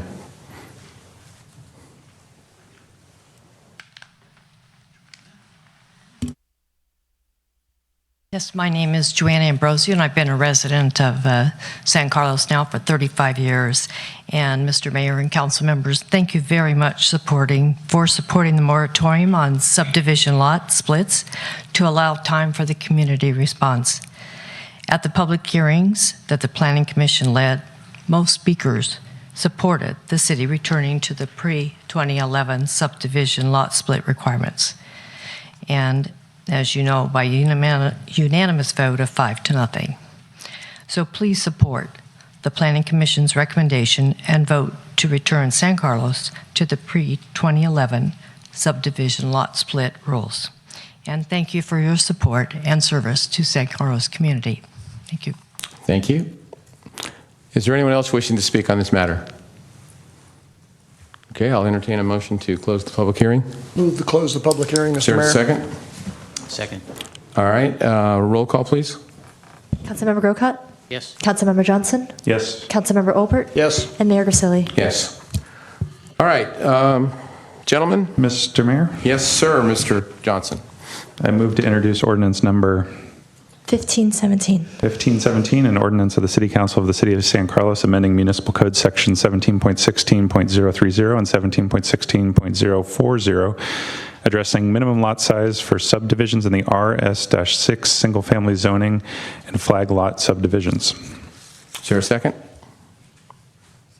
Well, I'll second it just again to get the thing. Actually, I'll second it. Okay, fine, thank you. Unless you would like to second it, No, Mr. that's Mayor. fine. I just like to keep the discussion moving. Thank you, Mr. Olbert. Thank you, Mr. Johnson. So, discussion, gentlemen. Who would like to speak? Anyone? Mr. Mayor? Go ahead. I have some comments I'd like to make, if I may. Sure, go ahead. Okay. And Mr. Johnson right after that, and Mr. Grocott third. I want to start by saying I appreciate the concerns that were voiced by everybody who wants to roll back the lot split rules. I will be supporting the rollback because while I think there are better ways that we could use to achieve the same ends, on balance, the proposed change is not unreasonable. In striking a thoughtful balance, though, there are multiple issues that need to be considered, and I'd like to touch on a few of them. First and foremost, we on the council are obligated to protect the health and welfare of all of our residents, everybody in this room and the other 20-some-odd thousand that are out there. Which is why, as a general rule, we try to let people enjoy their property as they see fit. The challenge comes when different types of enjoyment collide. Rolling back the lot split rules will limit some people's enjoyment of their property. We heard some examples of that tonight. But it will take away a source of discomfort for others. The council is also obligated to protect the community's health and welfare, both today and in the future. In part, that requires seeing that our housing stock is maintained in good condition, which means keeping San Carlos a desirable place in which to build and remodel homes, because we don't want to use public money or have to use public money to do that. Given the hot housing market, rolling back the lot split rules is unlikely to do the community much harm in this regard. So while there are trade-offs involved, I'm okay with the reversion, and I will vote for it. And by the way, I keep saying reversion, even though there's some slight tweak to it, but I mostly think of it as a reversion. But, and this is really the important thing I wanted to get to, protecting the community's health and welfare involves something else too. Something that came up during our community dialogue and which we also heard some echoes of tonight. It gets right to the heart of keeping San Carlos the kind of place that I believe we all want it to be. Change of any kind, whether it's a bigger home being built next door or a favorite local business closing or moving, can be difficult. It's natural when faced with change to focus on the downside, the negative. But almost all change produces favorable benefits too. How we choose as individuals to react to change very much affects what kind of community we are and what kind of community we're like. Is the change caused by new people good or bad? If I choose to focus on the negative, I will inevitably come, to dislike newcomers. And that, I would argue, will be the beginning of the end for what San Carlos means and has been for many years. A welcoming, community-spirited town that people love to live in precisely because it is tolerant and accepting. Not, mind you, just tolerant and accepting of people doing what we already do here. Tolerant and accepting of different ways of living, too. We've all been newcomers many times throughout our lives. We owe it to ourselves to welcome newcomers for that reason alone, if nothing else, just like we were welcomed. Because what really makes San Carlos special is not the nice homes and the cute shops and the fun parks and the great schools, all of which are wonderful in and of themselves. They are only the stage that we all share and on which we get to act out our lives. Tonight I'll be saying aye to the rollback because it's important to people whose views I respect. But I hope all of us will also reaffirm two simple principles going forward. That we welcome anyone and everyone who wants to make our community a better place, and that we make room for newcomers in our increasingly busy lives. Because those ultimately are what defines the tapestry that makes up San Carlos and makes it truly the city of good living. Thank you, Mr. Mayor. Thank you, Mr. Olbert. Mr. Johnson? Well, I too am going to be supporting this tonight. I think this is democracy in action, pretty well evident. For me and my family, one of the things I think that defines San Carlos, that makes me want to have my home here, is that we live in the Bay Area. We live in one of the most dynamic economic regions of the entire world. But when I come home at night, I hear crickets. And, the babysitter who looks after my kids is right down the street. It feels very welcoming. It feels very safe. It feels like small town America right in this amazing economic hub. And I think that's something that is worth holding on to. I want everybody to know that we believe that, and that we're taking steps to protect our neighborhoods. This is one example of that. In recent years, we've cracked down on door-to-door solicitors and leafleters. We've done improvements to local parks. And, this tonight is really step one of two steps that we want to take. We've started a public process to look at home sizes, which, thanks to community reaching out and getting involved, have really convinced me that, the home size regulations in San Carlos are very different from some of our neighboring communities, and it's something that we need to take a look at. So I really appreciate everyone getting involved and reaching out and speaking out and attending the meeting. I hope that this won't be the end of it for you. You'll think of other things in your neighborhoods that you can do, and feel free to reach out to me and to all of us if you have ideas about how to improve your neighborhoods. And like Mark, I do want to just acknowledge two groups of people. I know there's folks here tonight who have had lot splits in their neighborhoods who feel upset about those, and that this ordinance isn't going to help them. And I hope they'll take some solace in the fact that, what they perceive to be a negative change in their neighborhood has helped spur some action that has had a positive impact for the rest of the community. And then, as Mark mentioned, there are folks that are negatively impacted financially by this, and we don't enjoy making those changes that have negative impacts on individuals, and they deserve our respect as well. So those are my comments, and I'm proud to support this tonight. Thank you, Mr. Johnson. Mr. Grocott. So having heard from two council members already, I just wondering if I should even ask this question. There was a lady here that made some comments, and Peter Tsifas made some comments that to me made a whole lot of sense, and I'm just wondering if if the council heard those. Do they see any future in what these two individuals were talking about? Or are we just going to take this action tonight because we get so many comments? And I understand it. I don't disagree with the sentiment at all. And so I don't want to be misunderstood. But to me, it's number one, I'm surprised this has gone through the process, and so many people have had a chance to look at it, including our staff and our planning commission. And I don't know how else to put this, so don't take this as a knee-jerk reaction of mine. But to me, this is a bit of a knee-jerk reaction to something that was bad. I don't know why, actually, we ever considered the lot split thing to begin with and changed it. In other words, we didn't have a room full like this. I've been on council for 15 years, so I know we didn't have a room like this coming and saying, we want lot splits, we want lot splits. And yet we did it. why. I don't know why we did it. I don't know what the original impetus was. I have some suspicion, but I really don't know what's the backstory. But I don't think this is really the solution because, for example, you look at the size that we're talking about for a minimum lot. If it's 65 feet wide, well, how big is that in length? Well, that's like 154 feet. That's huge. And if you have a lot that big, guess how big of a house you can put on it? You ever played Monopoly and you buy the hotel and put it on there? And you know what that little piece on the board looks like with the big motel? That's potentially what you're going to have in your neighborhood if you've got a really large lot.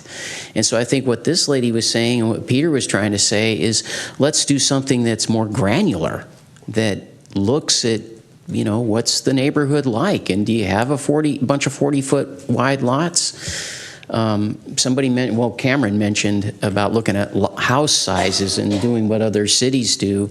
Well, guess what? Other cities also set up their lot widths and sizes based on, you know, what Peter was saying. What's in the 300-foot radius? So, do you have that kind of thing in your 300-foot radius? Well, then you can do it to your lot. But if you don't, you know, something like trying to do lot splits on Carmelita wouldn't work because you've got all these 100-foot frontages, so it's not going to work.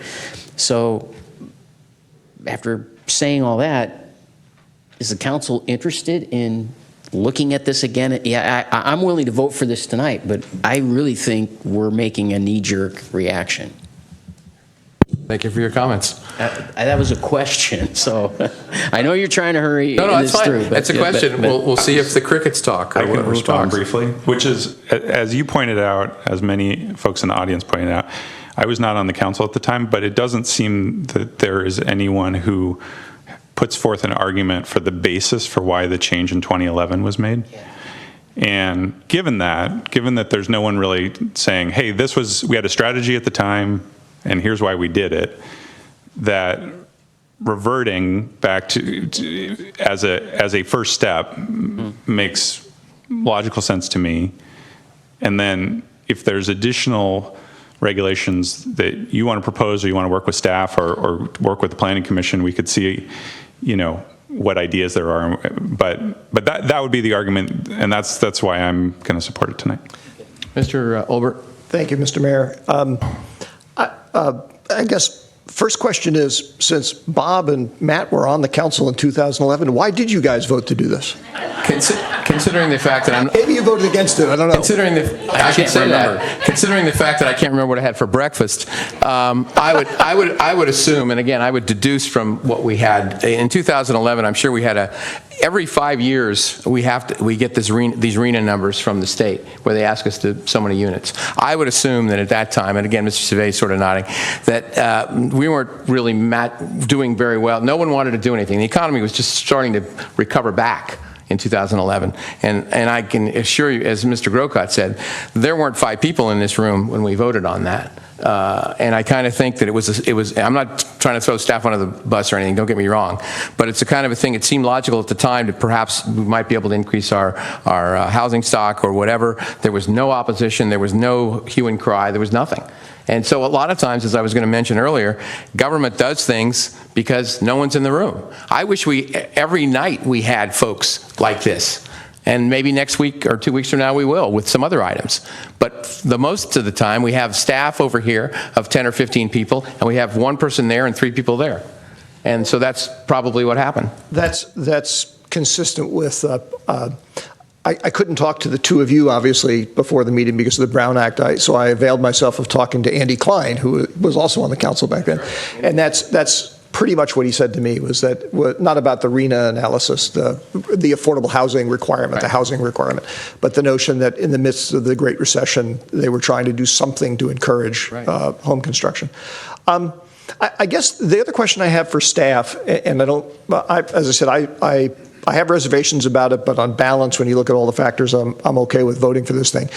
But Mr. Rubens, as a matter of practice, this with any of our other ordinances, is a property owner, let's say that their neighborhood agrees that it's okay to have their lot split. I mean, are they are they banned from approaching the city and asking for I guess it would have to be the council to make an exception? Do we have the authority to make exceptions to our own rules or not? No, they would have to, there is a way to do this, to propose an ordinance amendment for their own lot or for a category of lots if it makes sense in the future. But that would be the way you'd have to do it unless the ordinance itself had an exception process in it.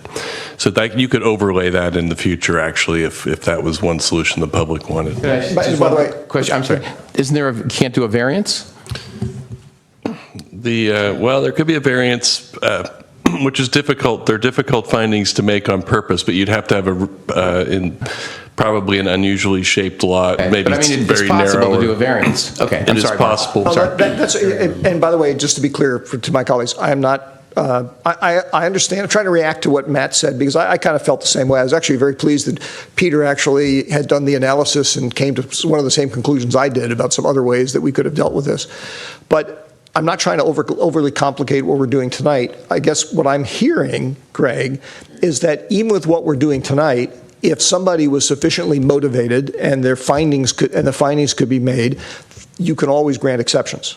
And so is that a true statement? Well, I think it hinges on the difference between an exception and a variance. A variance is something that's allowed in state law in our zoning code. We don't have a provision for exceptions to these standards, but that could be overlaid into a future change to our zoning ordinance. I don't want to actually formalize the process. It's just what I think I'm hearing is that there is some way very, very difficult to do, which is if we're going to adopt this ordinance, that's the intent of the adoption, is to make it difficult to do, extremely difficult to do. So that may be a source of some comfort for people who would like to see a little bit more nuanced approach. One question for Mr. Rubens.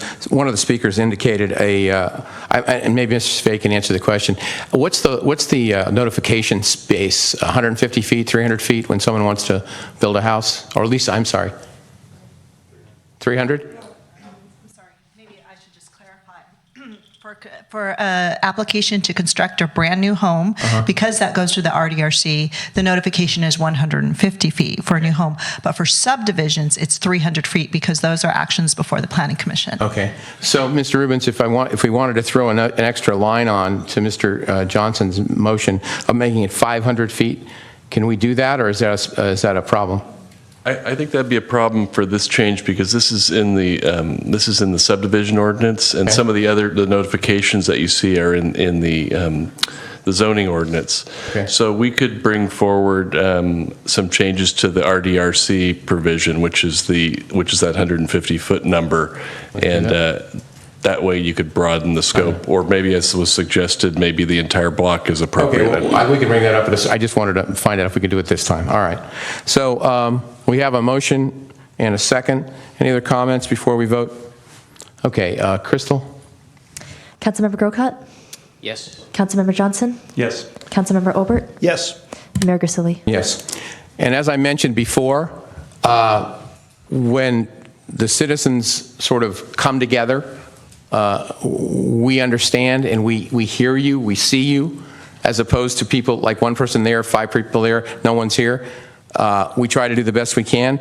In 2011, obviously, we thought we were doing a good job. Certainly Matt and I, whether we voted for it or not, you can look it up, I guess. I could say I voted against it, but I can't remember. But the point is that government is the people. And if the people aren't involved in the government, then things can happen. So, as was mentioned by Mr. Johnson, hopefully get involved in other things besides this. And then things happen and things change if you want them to. So thank you very much for, I would imagine some of you folks might be leaving, so I'll give you about a minute to do that so that we can continue with the rest of our meeting. Mr. Mayor, I was going to ask, could we have a 5-minute break? Because I'd like to.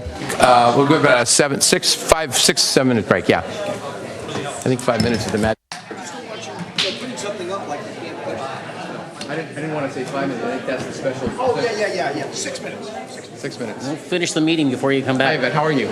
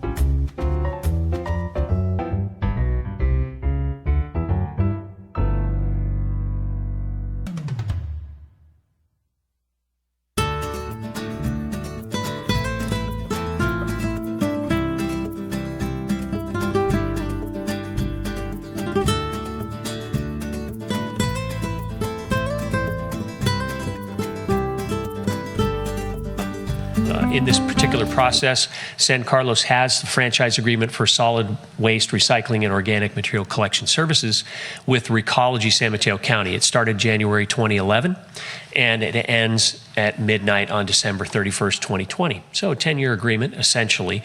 And in the agreement itself, it has the opportunity for the agreement to be extended if needed, if desired, so between the two parties, and that's what we've started into now as a process to consider an extension of the agreement. And then also, as to the extension of the term, it really just says that the parties shall meet and confer on the possible extension. So again, a process that we're going through in order to be able to do that, have the meet and confer. So last year, in January, the SBWMA staff recommended a process that would outline how this renegotiation would take place and brought that to the board, and it was approved in January. And the member agencies, with their respective councils and boards, confirmed their intent unanimously to participate in this renegotiation process, and that was completed back in the spring of 2016. And again, the plan going forward is assuming that Recology will maintain comparable scope of core collection services and service levels to all our member agencies.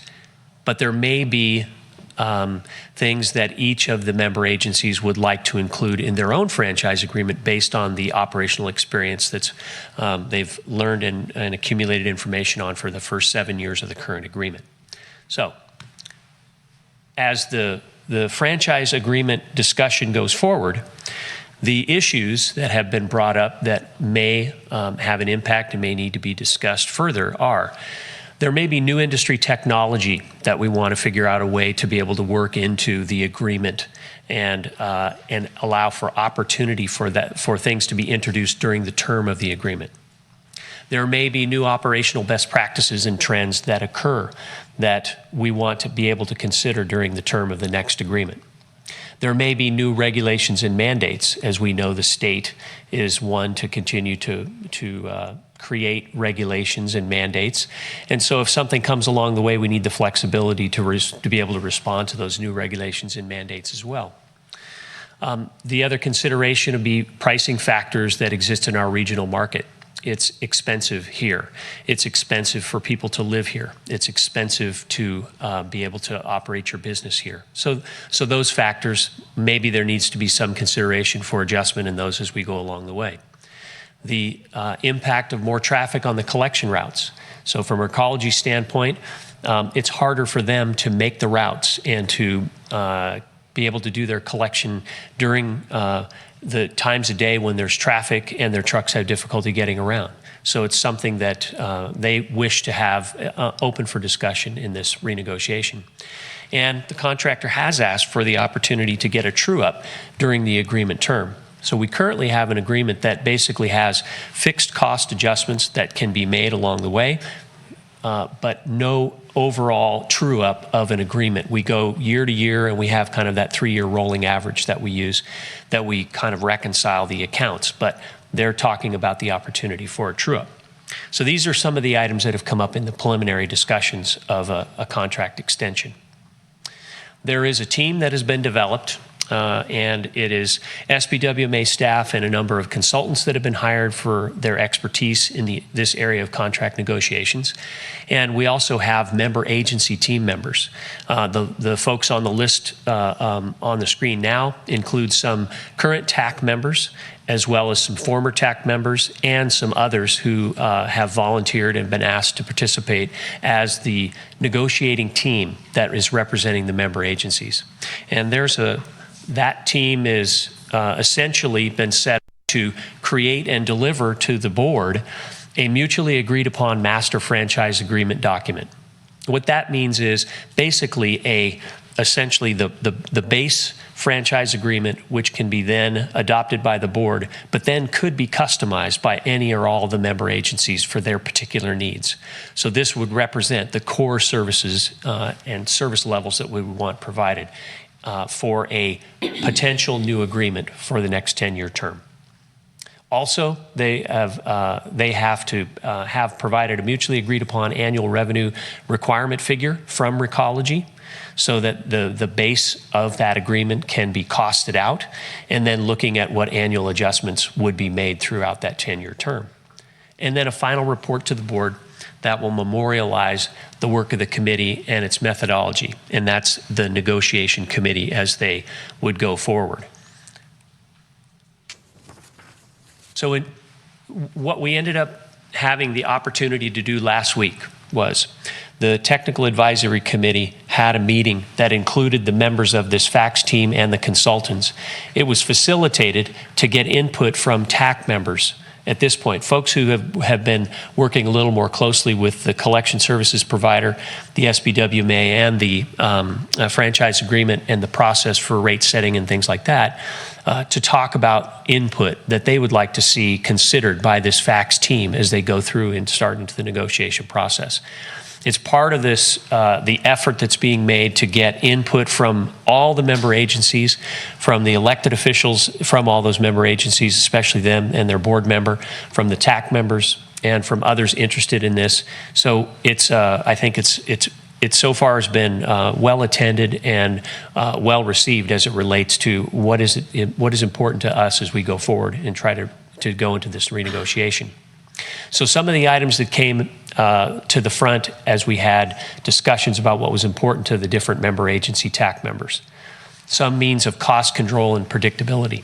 Our current agreement has a very predictable cost arrangement in it right now, which is a good thing when it comes to the standpoint of not having serious rate spikes or changes that would come along during the course of the agreement.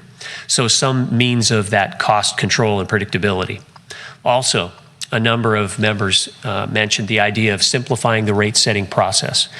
As we've talked many times, the process and the complexity that go along with the considering 3 years in terms of what the surplus or deficit might be as it relates to what the revenue requirement is, it can be daunting to understand and keep track of.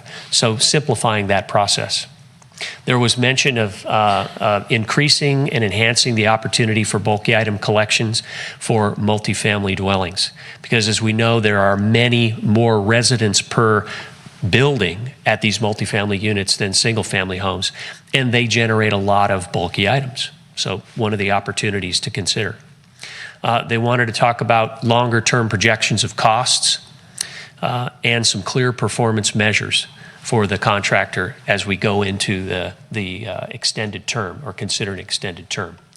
And then also recycling diversion outreach assistance for state compliance. As council is aware, we have the state goal of 75% diversion by 2020.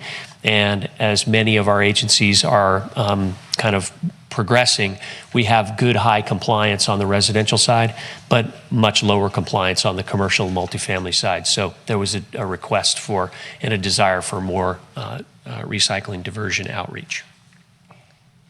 So the next steps for the council, we need to receive your input tonight, and the FACTS negotiating team meetings will be taking place between now and April 2017. And then that final report to the SBWMA board will be on April 27th.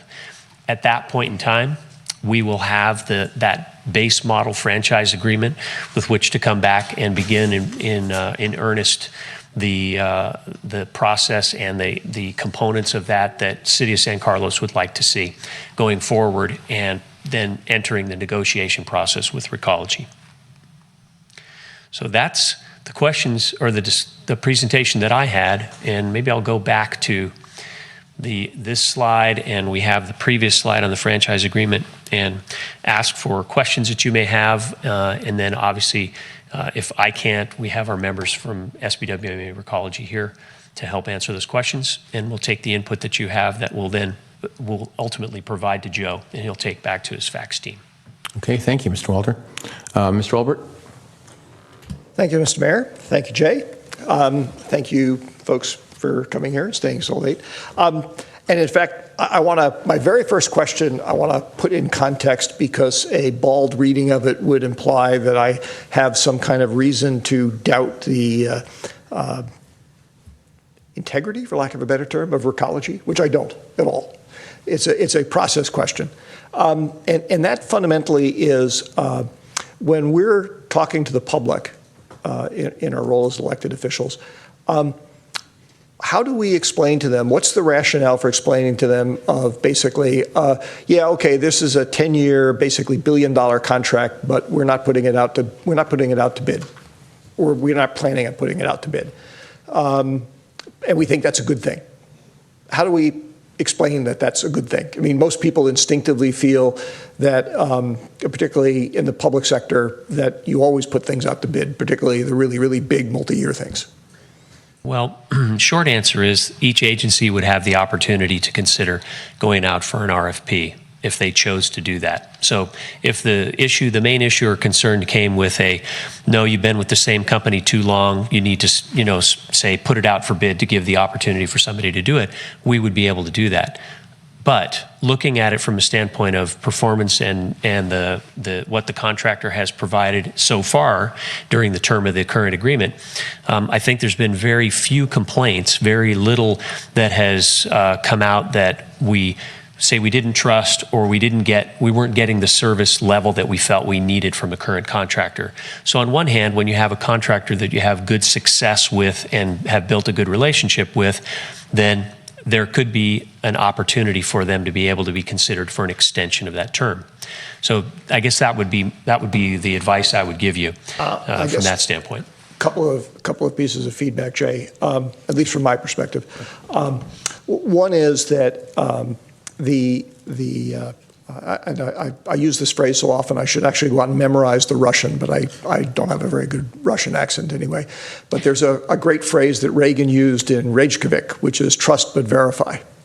And in this case, the verification process is an RFP process. At least that's the only one I'm familiar with. If there's other ones, I'm happy to hear that too. And I do trust Recology. I think that they have done a very good job on behalf of the communities they serve. And I guess the other question I'd say is yes, it's true that any individual agency can go its own way and issue its own RFP process and whatnot.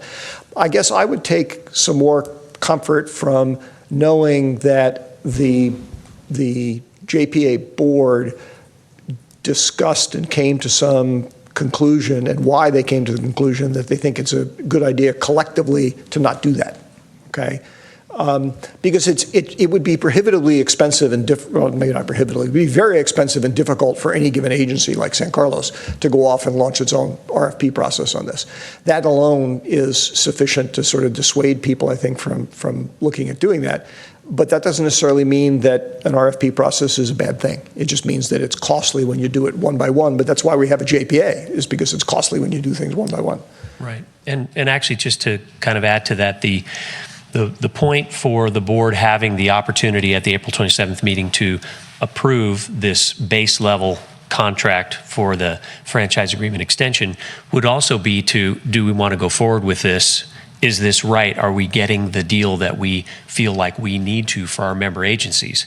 Because it still could be a collective decision from the board not to extend the agreement.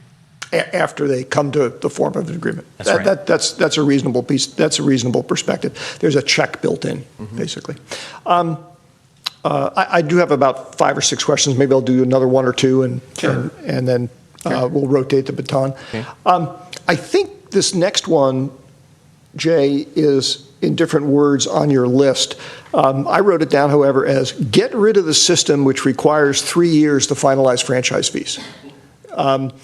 I have to admit, that was one aspect of when I was on the SBWMA board and I was researching the history of this. I never quite figured out why we had that process. There's probably a good reason for it, but personally, I've just seen it confuse the heck out of the council every time that it comes before us. It complicates the matter of setting rates. And really, I mean, as a finance guy, at the end of the day, it's all a matter of who's bearing what risk at what cost from a cost point of view. And stability, from our point of view, just speaking for myself, stability of being able to project costs may be worth paying a little bit more for. okay? Just, in other words, if the price of having a one-year window that says, okay, we determine the rate is, the fee requirement is X, over and done with, that's it. If we end up having to pay a little bit more to get that certainty, that might be something worth doing. So, do you want me to rotate the baton now? Sure. Ms. Grocott? Thank you. So a couple of questions I had. Going under some of the bullet points, there's, in here, it talks about impact of more traffic on collection routes and also new technology. And so I'm wondering what the possibility is of Recology at some time before the 2020 year comes around, of switching to single container pickup, and then they do all the, in order to cut down on vehicles of, that are running around on the roads and so forth, and having to negotiate with traffic and so forth. What do they see as the possibility of going to single container pickup, and then what they do is out at their center, separate things out there as opposed to asking the client, if you will, to separate in their homes or on the curb or whatever? Well, and I'll ask my friends to correct me if I'm wrong, but I believe in our current agreement, we would not have the opportunity to make that type of a change. We do not. Right, and that's based on the way the franchise agreement is set up now for the collection and processing of that waste. But I think that if that's something... So we don't have the opportunity to make that change, but do they have the opportunity? If they saw something where they said, you know what, we can do this better operationally by picking everything up in one container and then taking it back to the shop, if you will, and separating it there. If they saw that technology and that opportunity and operational savings and so forth, can't they bring that to the member agencies and say, we want to do this before we reach 2020? Again, I'd say I don't think so, based on the agreement. But again, I'll look to Recology or Joe to kind of help me out with that. May I interject something? Just from my discussions when I was on the board, because this topic had come up, Matt. My recollection from when I discussed this with folks is that there are certainly entities that do single stream pickup. There are, yeah. You and I both know that. You have to invest in the back end infrastructure to be able to handle it, and that was a choice that was made here years ago not to do that. Whether it's for traffic efficiencies or operational efficiencies or just the fact that it's a bigger convenience for people not to have to separate stuff, I think that's a really good, I support the idea of, I'd love to see people talking about that. Find out, is that an option? And if it's an option, what would it cost? Because if it's prohibitively expensive, probably not going to do it. But if it's not, that's something we'd have to that's decide. just it. By 2020, the cost of that, just like, this technology, the price keeps coming down because just the way the market works. And I imagine the same thing could be true of that kind of technology, that yes, it would cost a lot to change things out there at the plant. However, as more and more companies choose to take on that technology, perhaps the price comes down and it's something we could do before 2020. So I don't know, who's our rep on SB? Bob is. So if can we give direction that he represent us that way as a city? Sure, that's not a problem. That's not a problem. Okay. Joe, come here. Joe, if you could. Maybe, Joe's our executive director of the board, and maybe you can just speak to that comment of the change and so on. Thank you very much, and good afternoon or good evening, everyone. In a succinct way. We're both on this. Thank you, Bob. When the scope of services first went out, there was a lot of discussion involved in the different options, the best ways to put a complete system together. Overall, if you look at the 12-member agencies, there's 433 residents, 433,000 residents that are served. So you look at the different ways that we can conduct the business, and the RFP process at the time to find a certain scope of services that Recology responded to. Based on that response, there is a commitment for the depreciation term of the trucks, the whole entire system. So Recology is only one piece of that system. The other piece is the processing and handling of the materials once they get back to the site. And then the third step of that is once the material is sorted out, it goes to its ultimate commodity destination. So at that point, a system-wide decision was made. They quoted on it. It's important to go through the duration of the term to maximize the depreciation benefits of that. So that's the shortest answer I can give on that one. No, and I appreciate that answer. I would just comment that, what I hear from folks, when not very often do people talk about garbage, but when they do, what I hear from residents is, gosh, why are we driving through town with 3 or 4 different trucks to pick up, well, I guess it's 3 containers, right? The green, the blue, and the black. And people really wonder about that. And I think it's part of it's just the complexity of it, the way that it appears. Visually, it doesn't look good. And I think also just the sensitivity that people are having more and more to carbon footprint, greenhouse gases, and so forth. And they're saying, why do we have 3 trucks running through town every time we have our garbage picked up? And so I think it's that sensitivity that people are responding to. And additionally, people travel and they go to, I know like when I visited folks in Arizona, the company there that picked up the trash had single container, or take that back, at that time it was 2 containers, but they had it, more limited than what we do. Mm-hmm. And so, people see this because they travel, and something like that, changing to that, could forestall people wanting us to do what Mark was talking about earlier, which is put it out for bid and so forth, because if you're changing with the technology, people see it as a good service. Yeah, I think it's something that should be, in the new contract, it's one of the items that can be kicked around, whether it's going to be done. But unfortunately, the way it's set up now, as Joe said, it's pretty much locked in for the cost. I had some other things, but let's Okay, pass the Cameron, baton. Ms. Johnson, do you have anything? Okay. I just had a couple of quick ones. Thanks, Joe, for coming up. So when you say true up, Mr. Walter, I'm not a big fan of either. I think it was mentioned up here, the big 3-year rollover, this average turnaround, whatever. So we're talking about truing up every year? I don't know that it was discussed for every year.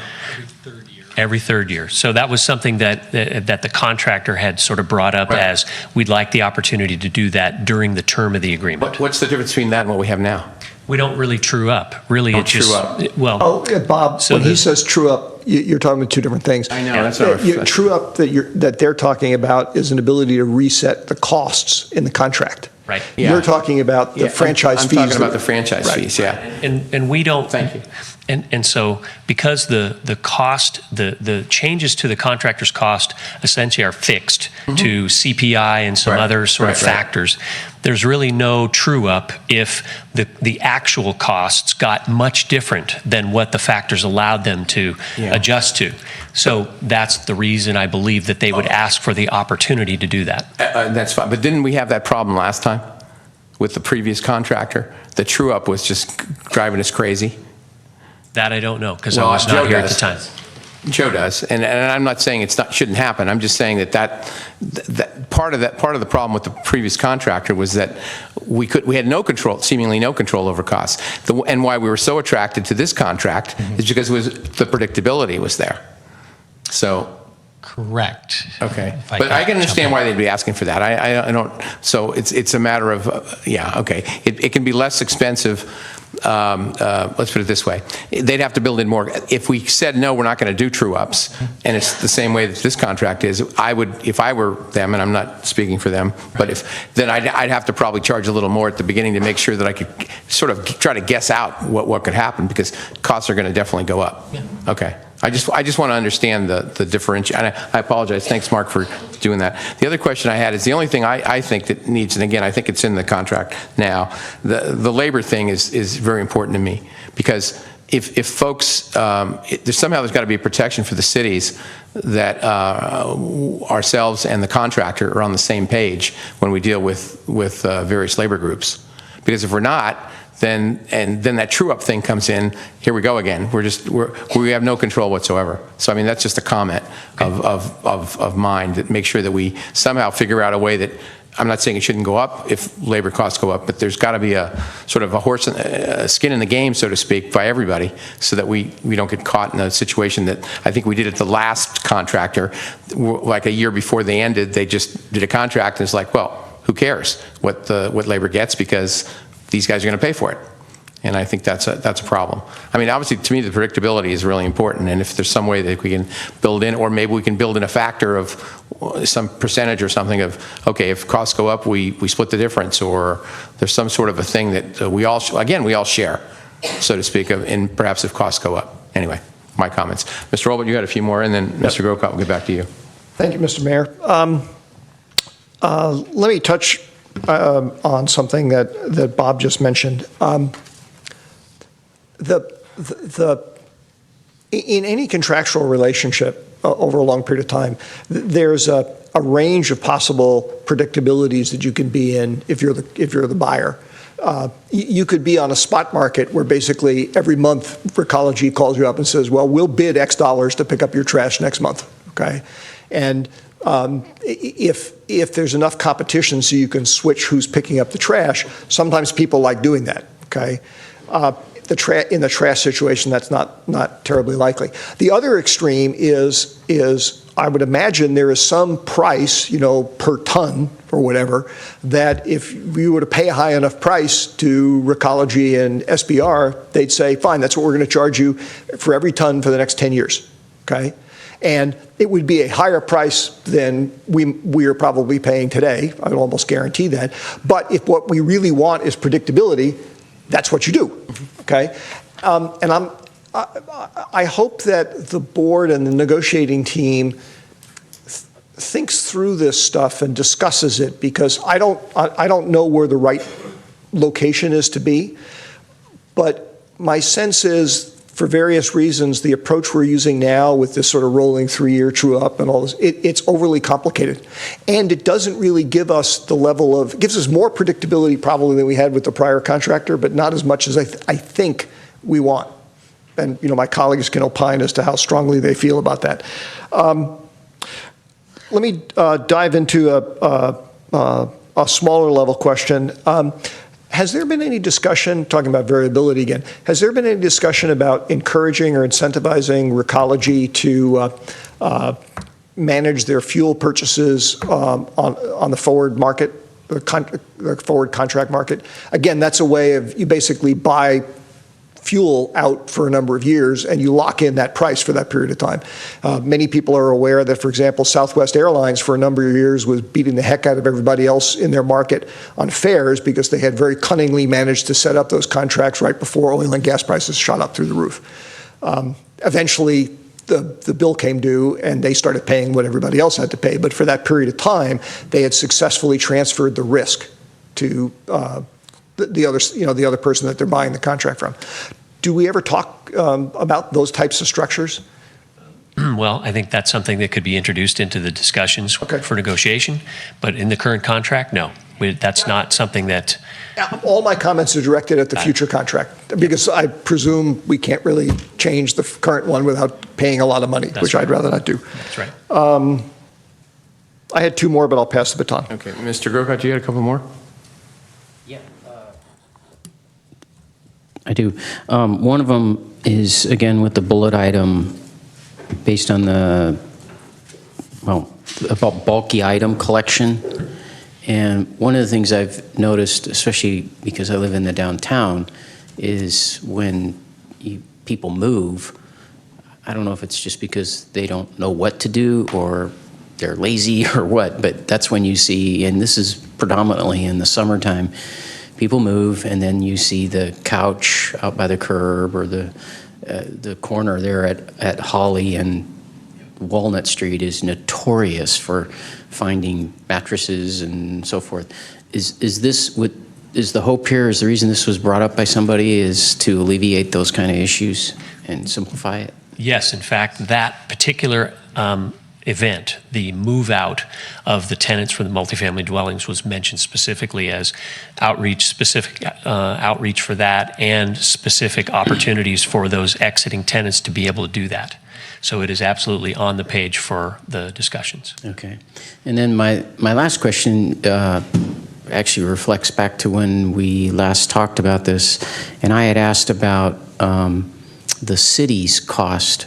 What do we pay as a city? And it was said, well, that's incorporated into the franchise agreement. And I'd still like to have at least that information.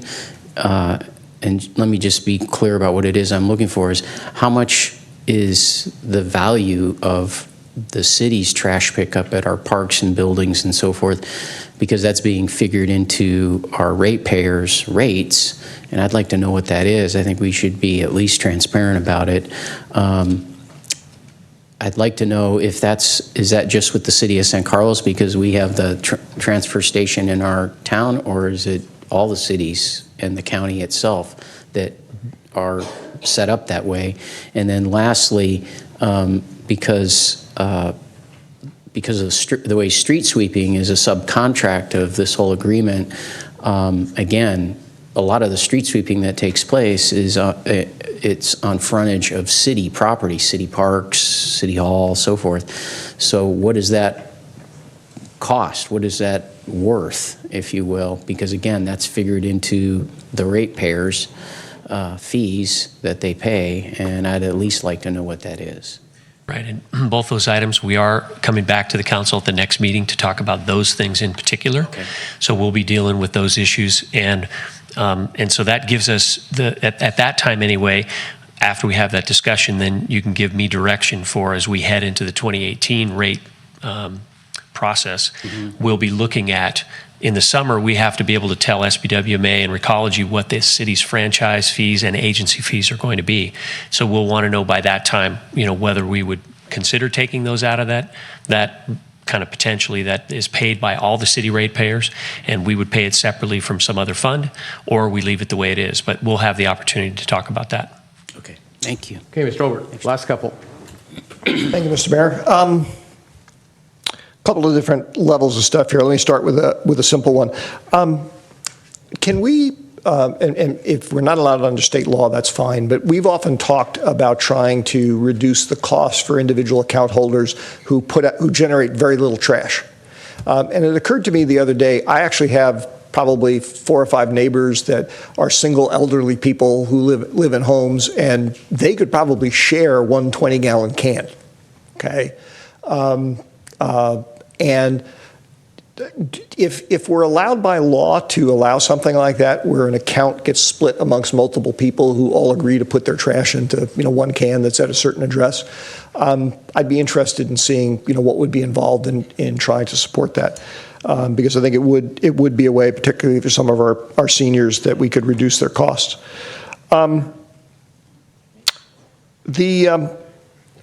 Matt mentioned something when you used the term transfer station. Thank you very much, because my question isn't about the transfer station per se. It reminded me of something I forgot to say.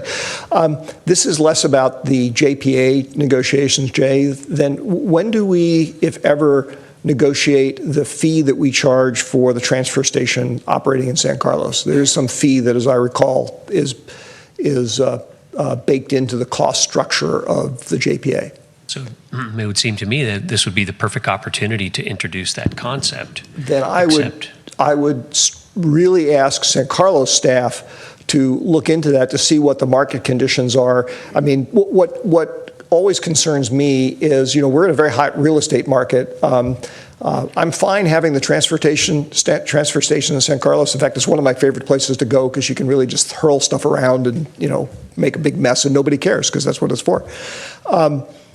But it basically takes a big chunk of property off the market. If I could interject, Mr. Maltby, don't we have that, is it every year or every other year? Don't we, it's not the same number that it was at the beginning of 2011 or whatever. Is it? I thought it went up. No, my understanding, it depends on which franchise you're talking about. Right. The one I believe Councilmember Olbert's talking about is fixed, although there's an element I thought that was tied to CPI or commodities. Something. Yeah, okay. I thought it was a percentage of something, but in any event, Anyway, we don't have to decide it tonight, but it's just, Right. if that's I understand something the that's point. subject to We'll look into it. negotiation, we should negotiate it. I'm sorry, Joe, do you know the answer? Well, there's a couple of discussion levels on that. So there, on one level, the city of San Carlos is the beneficiary of a 5% fee based on the gross sales that occur there. So that comes back into your general fund. So that's unique to you because Not the transfer station. that's inclusive of those sales that are generated are. Okay. So I'm not sure if that's quite it. If you're talking about the cost of operating the transfer station, that's a separate contract. That's not Recology. That's South Bay Recycling. That contract expires at the same time that the Recology one does.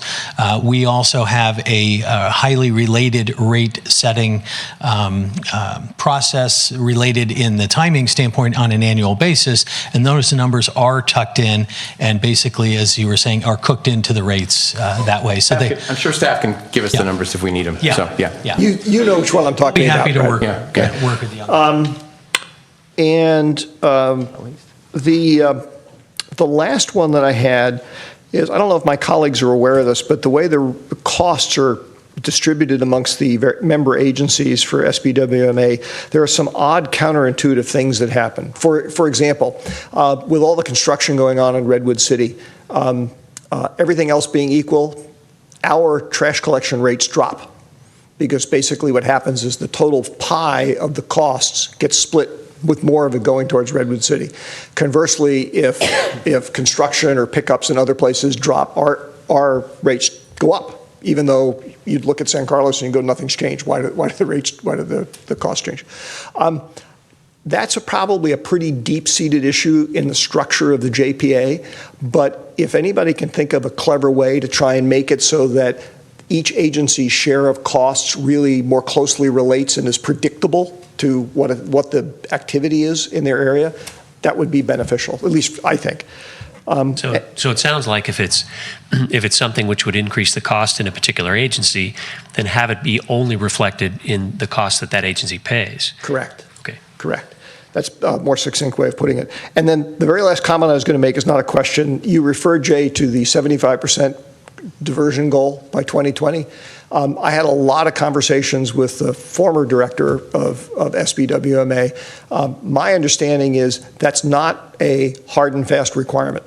So I guess what I just would be, I'd like us to all be careful about like incurring large costs to meet a goal that maybe nobody else in the state's going to meet anyway, and they're wondering why we were paying so much money for picking up our trash. Right. So it remains a goal. An aspirational goal.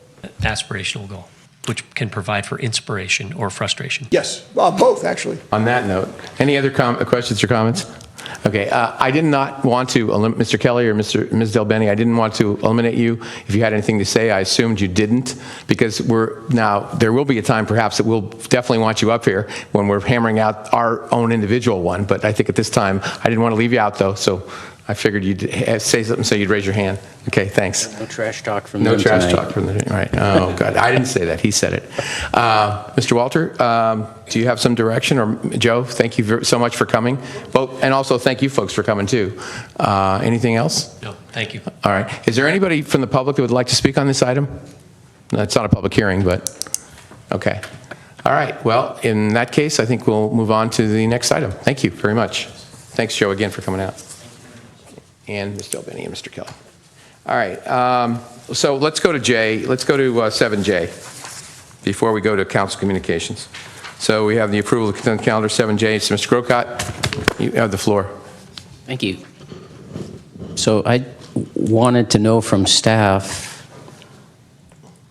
on this item, so it's recommending a one-year extension on the Neil Martin contract. Oh, well, I think we have to wait for somebody. We have to wait?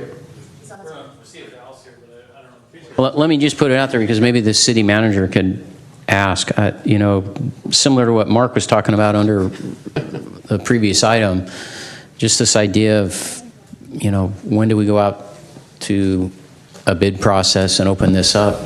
And, from my perspective, we've been with Neil Martin. Shoot, I got on the council in 2001. We were with Neil Martin, I think.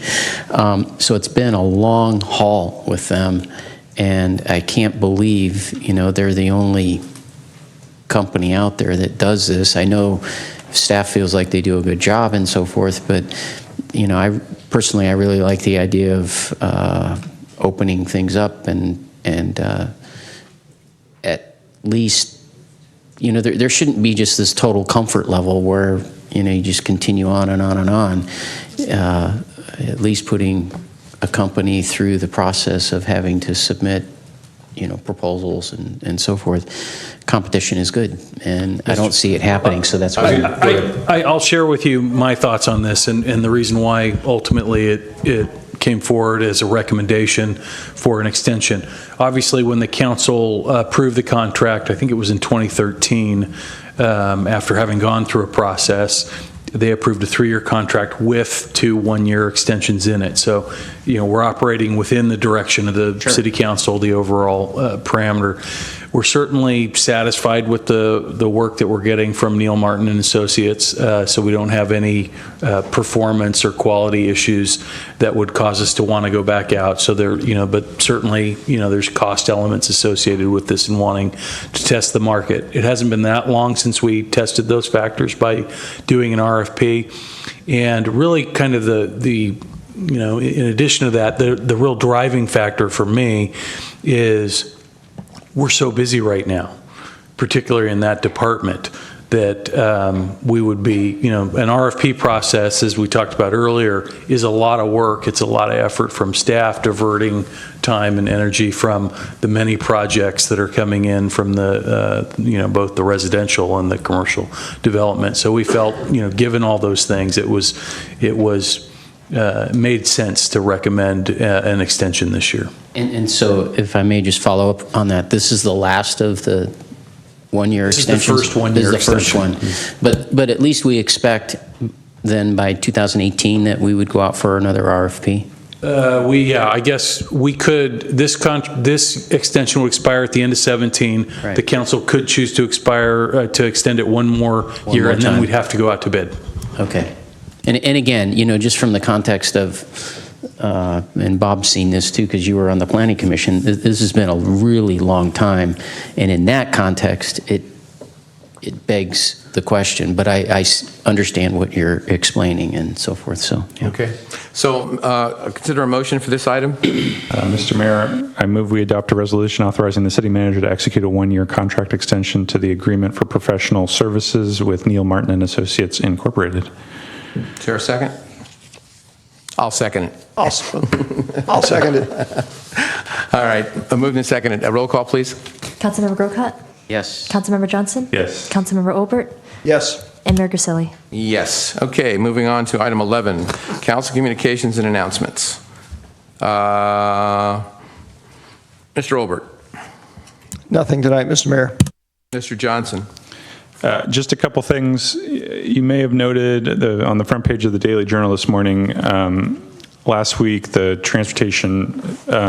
San Mateo County Transportation Authority approved a $135 million appropriation for the Caltrain electrification program.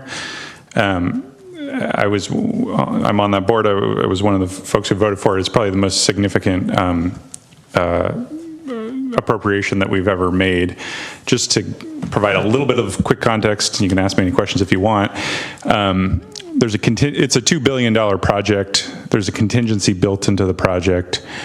We're in the process of negotiating a full funding grant agreement with the federal government. The federal government has asked us to show that we have an additional 10% contingency above and beyond that. We want to share it equally between Santa Clara, San Mateo County, and San Francisco, and then as well as the MTC. So in theory, we should all kick in $50 million to show the FTC that we've got, or the FTA that we've got the cash.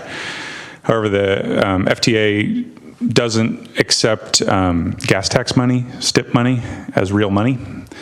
They only want sales tax money.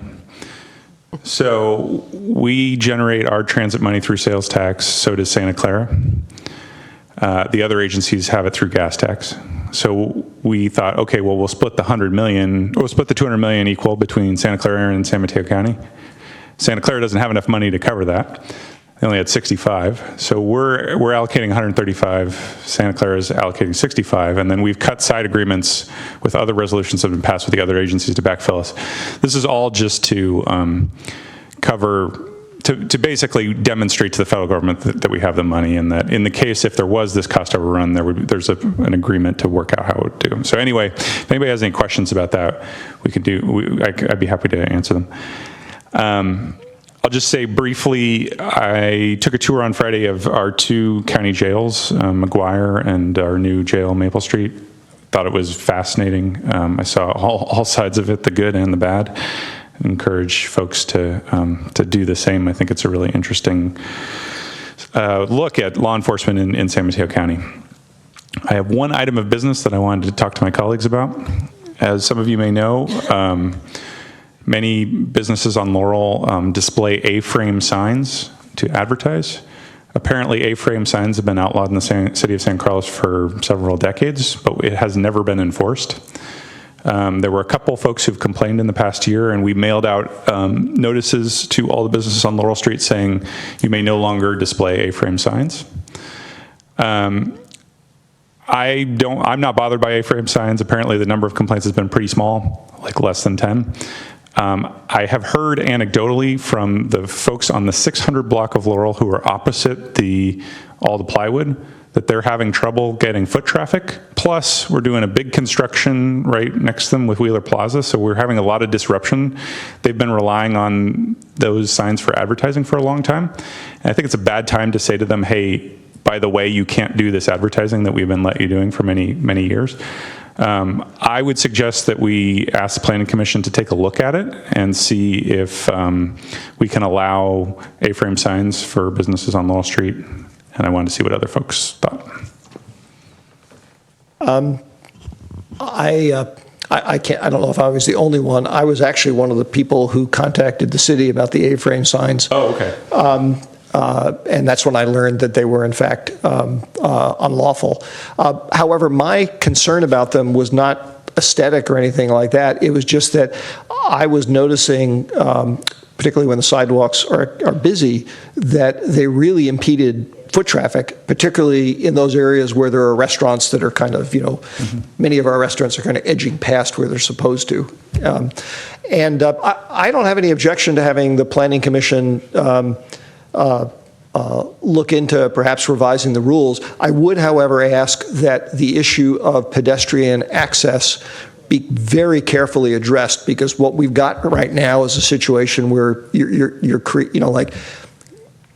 I would feel really sorry for anybody in a wheelchair some days trying to get down certain areas, because it just, between the combination of the signs, the restaurant seating, and the crowds, it'd be almost impossible.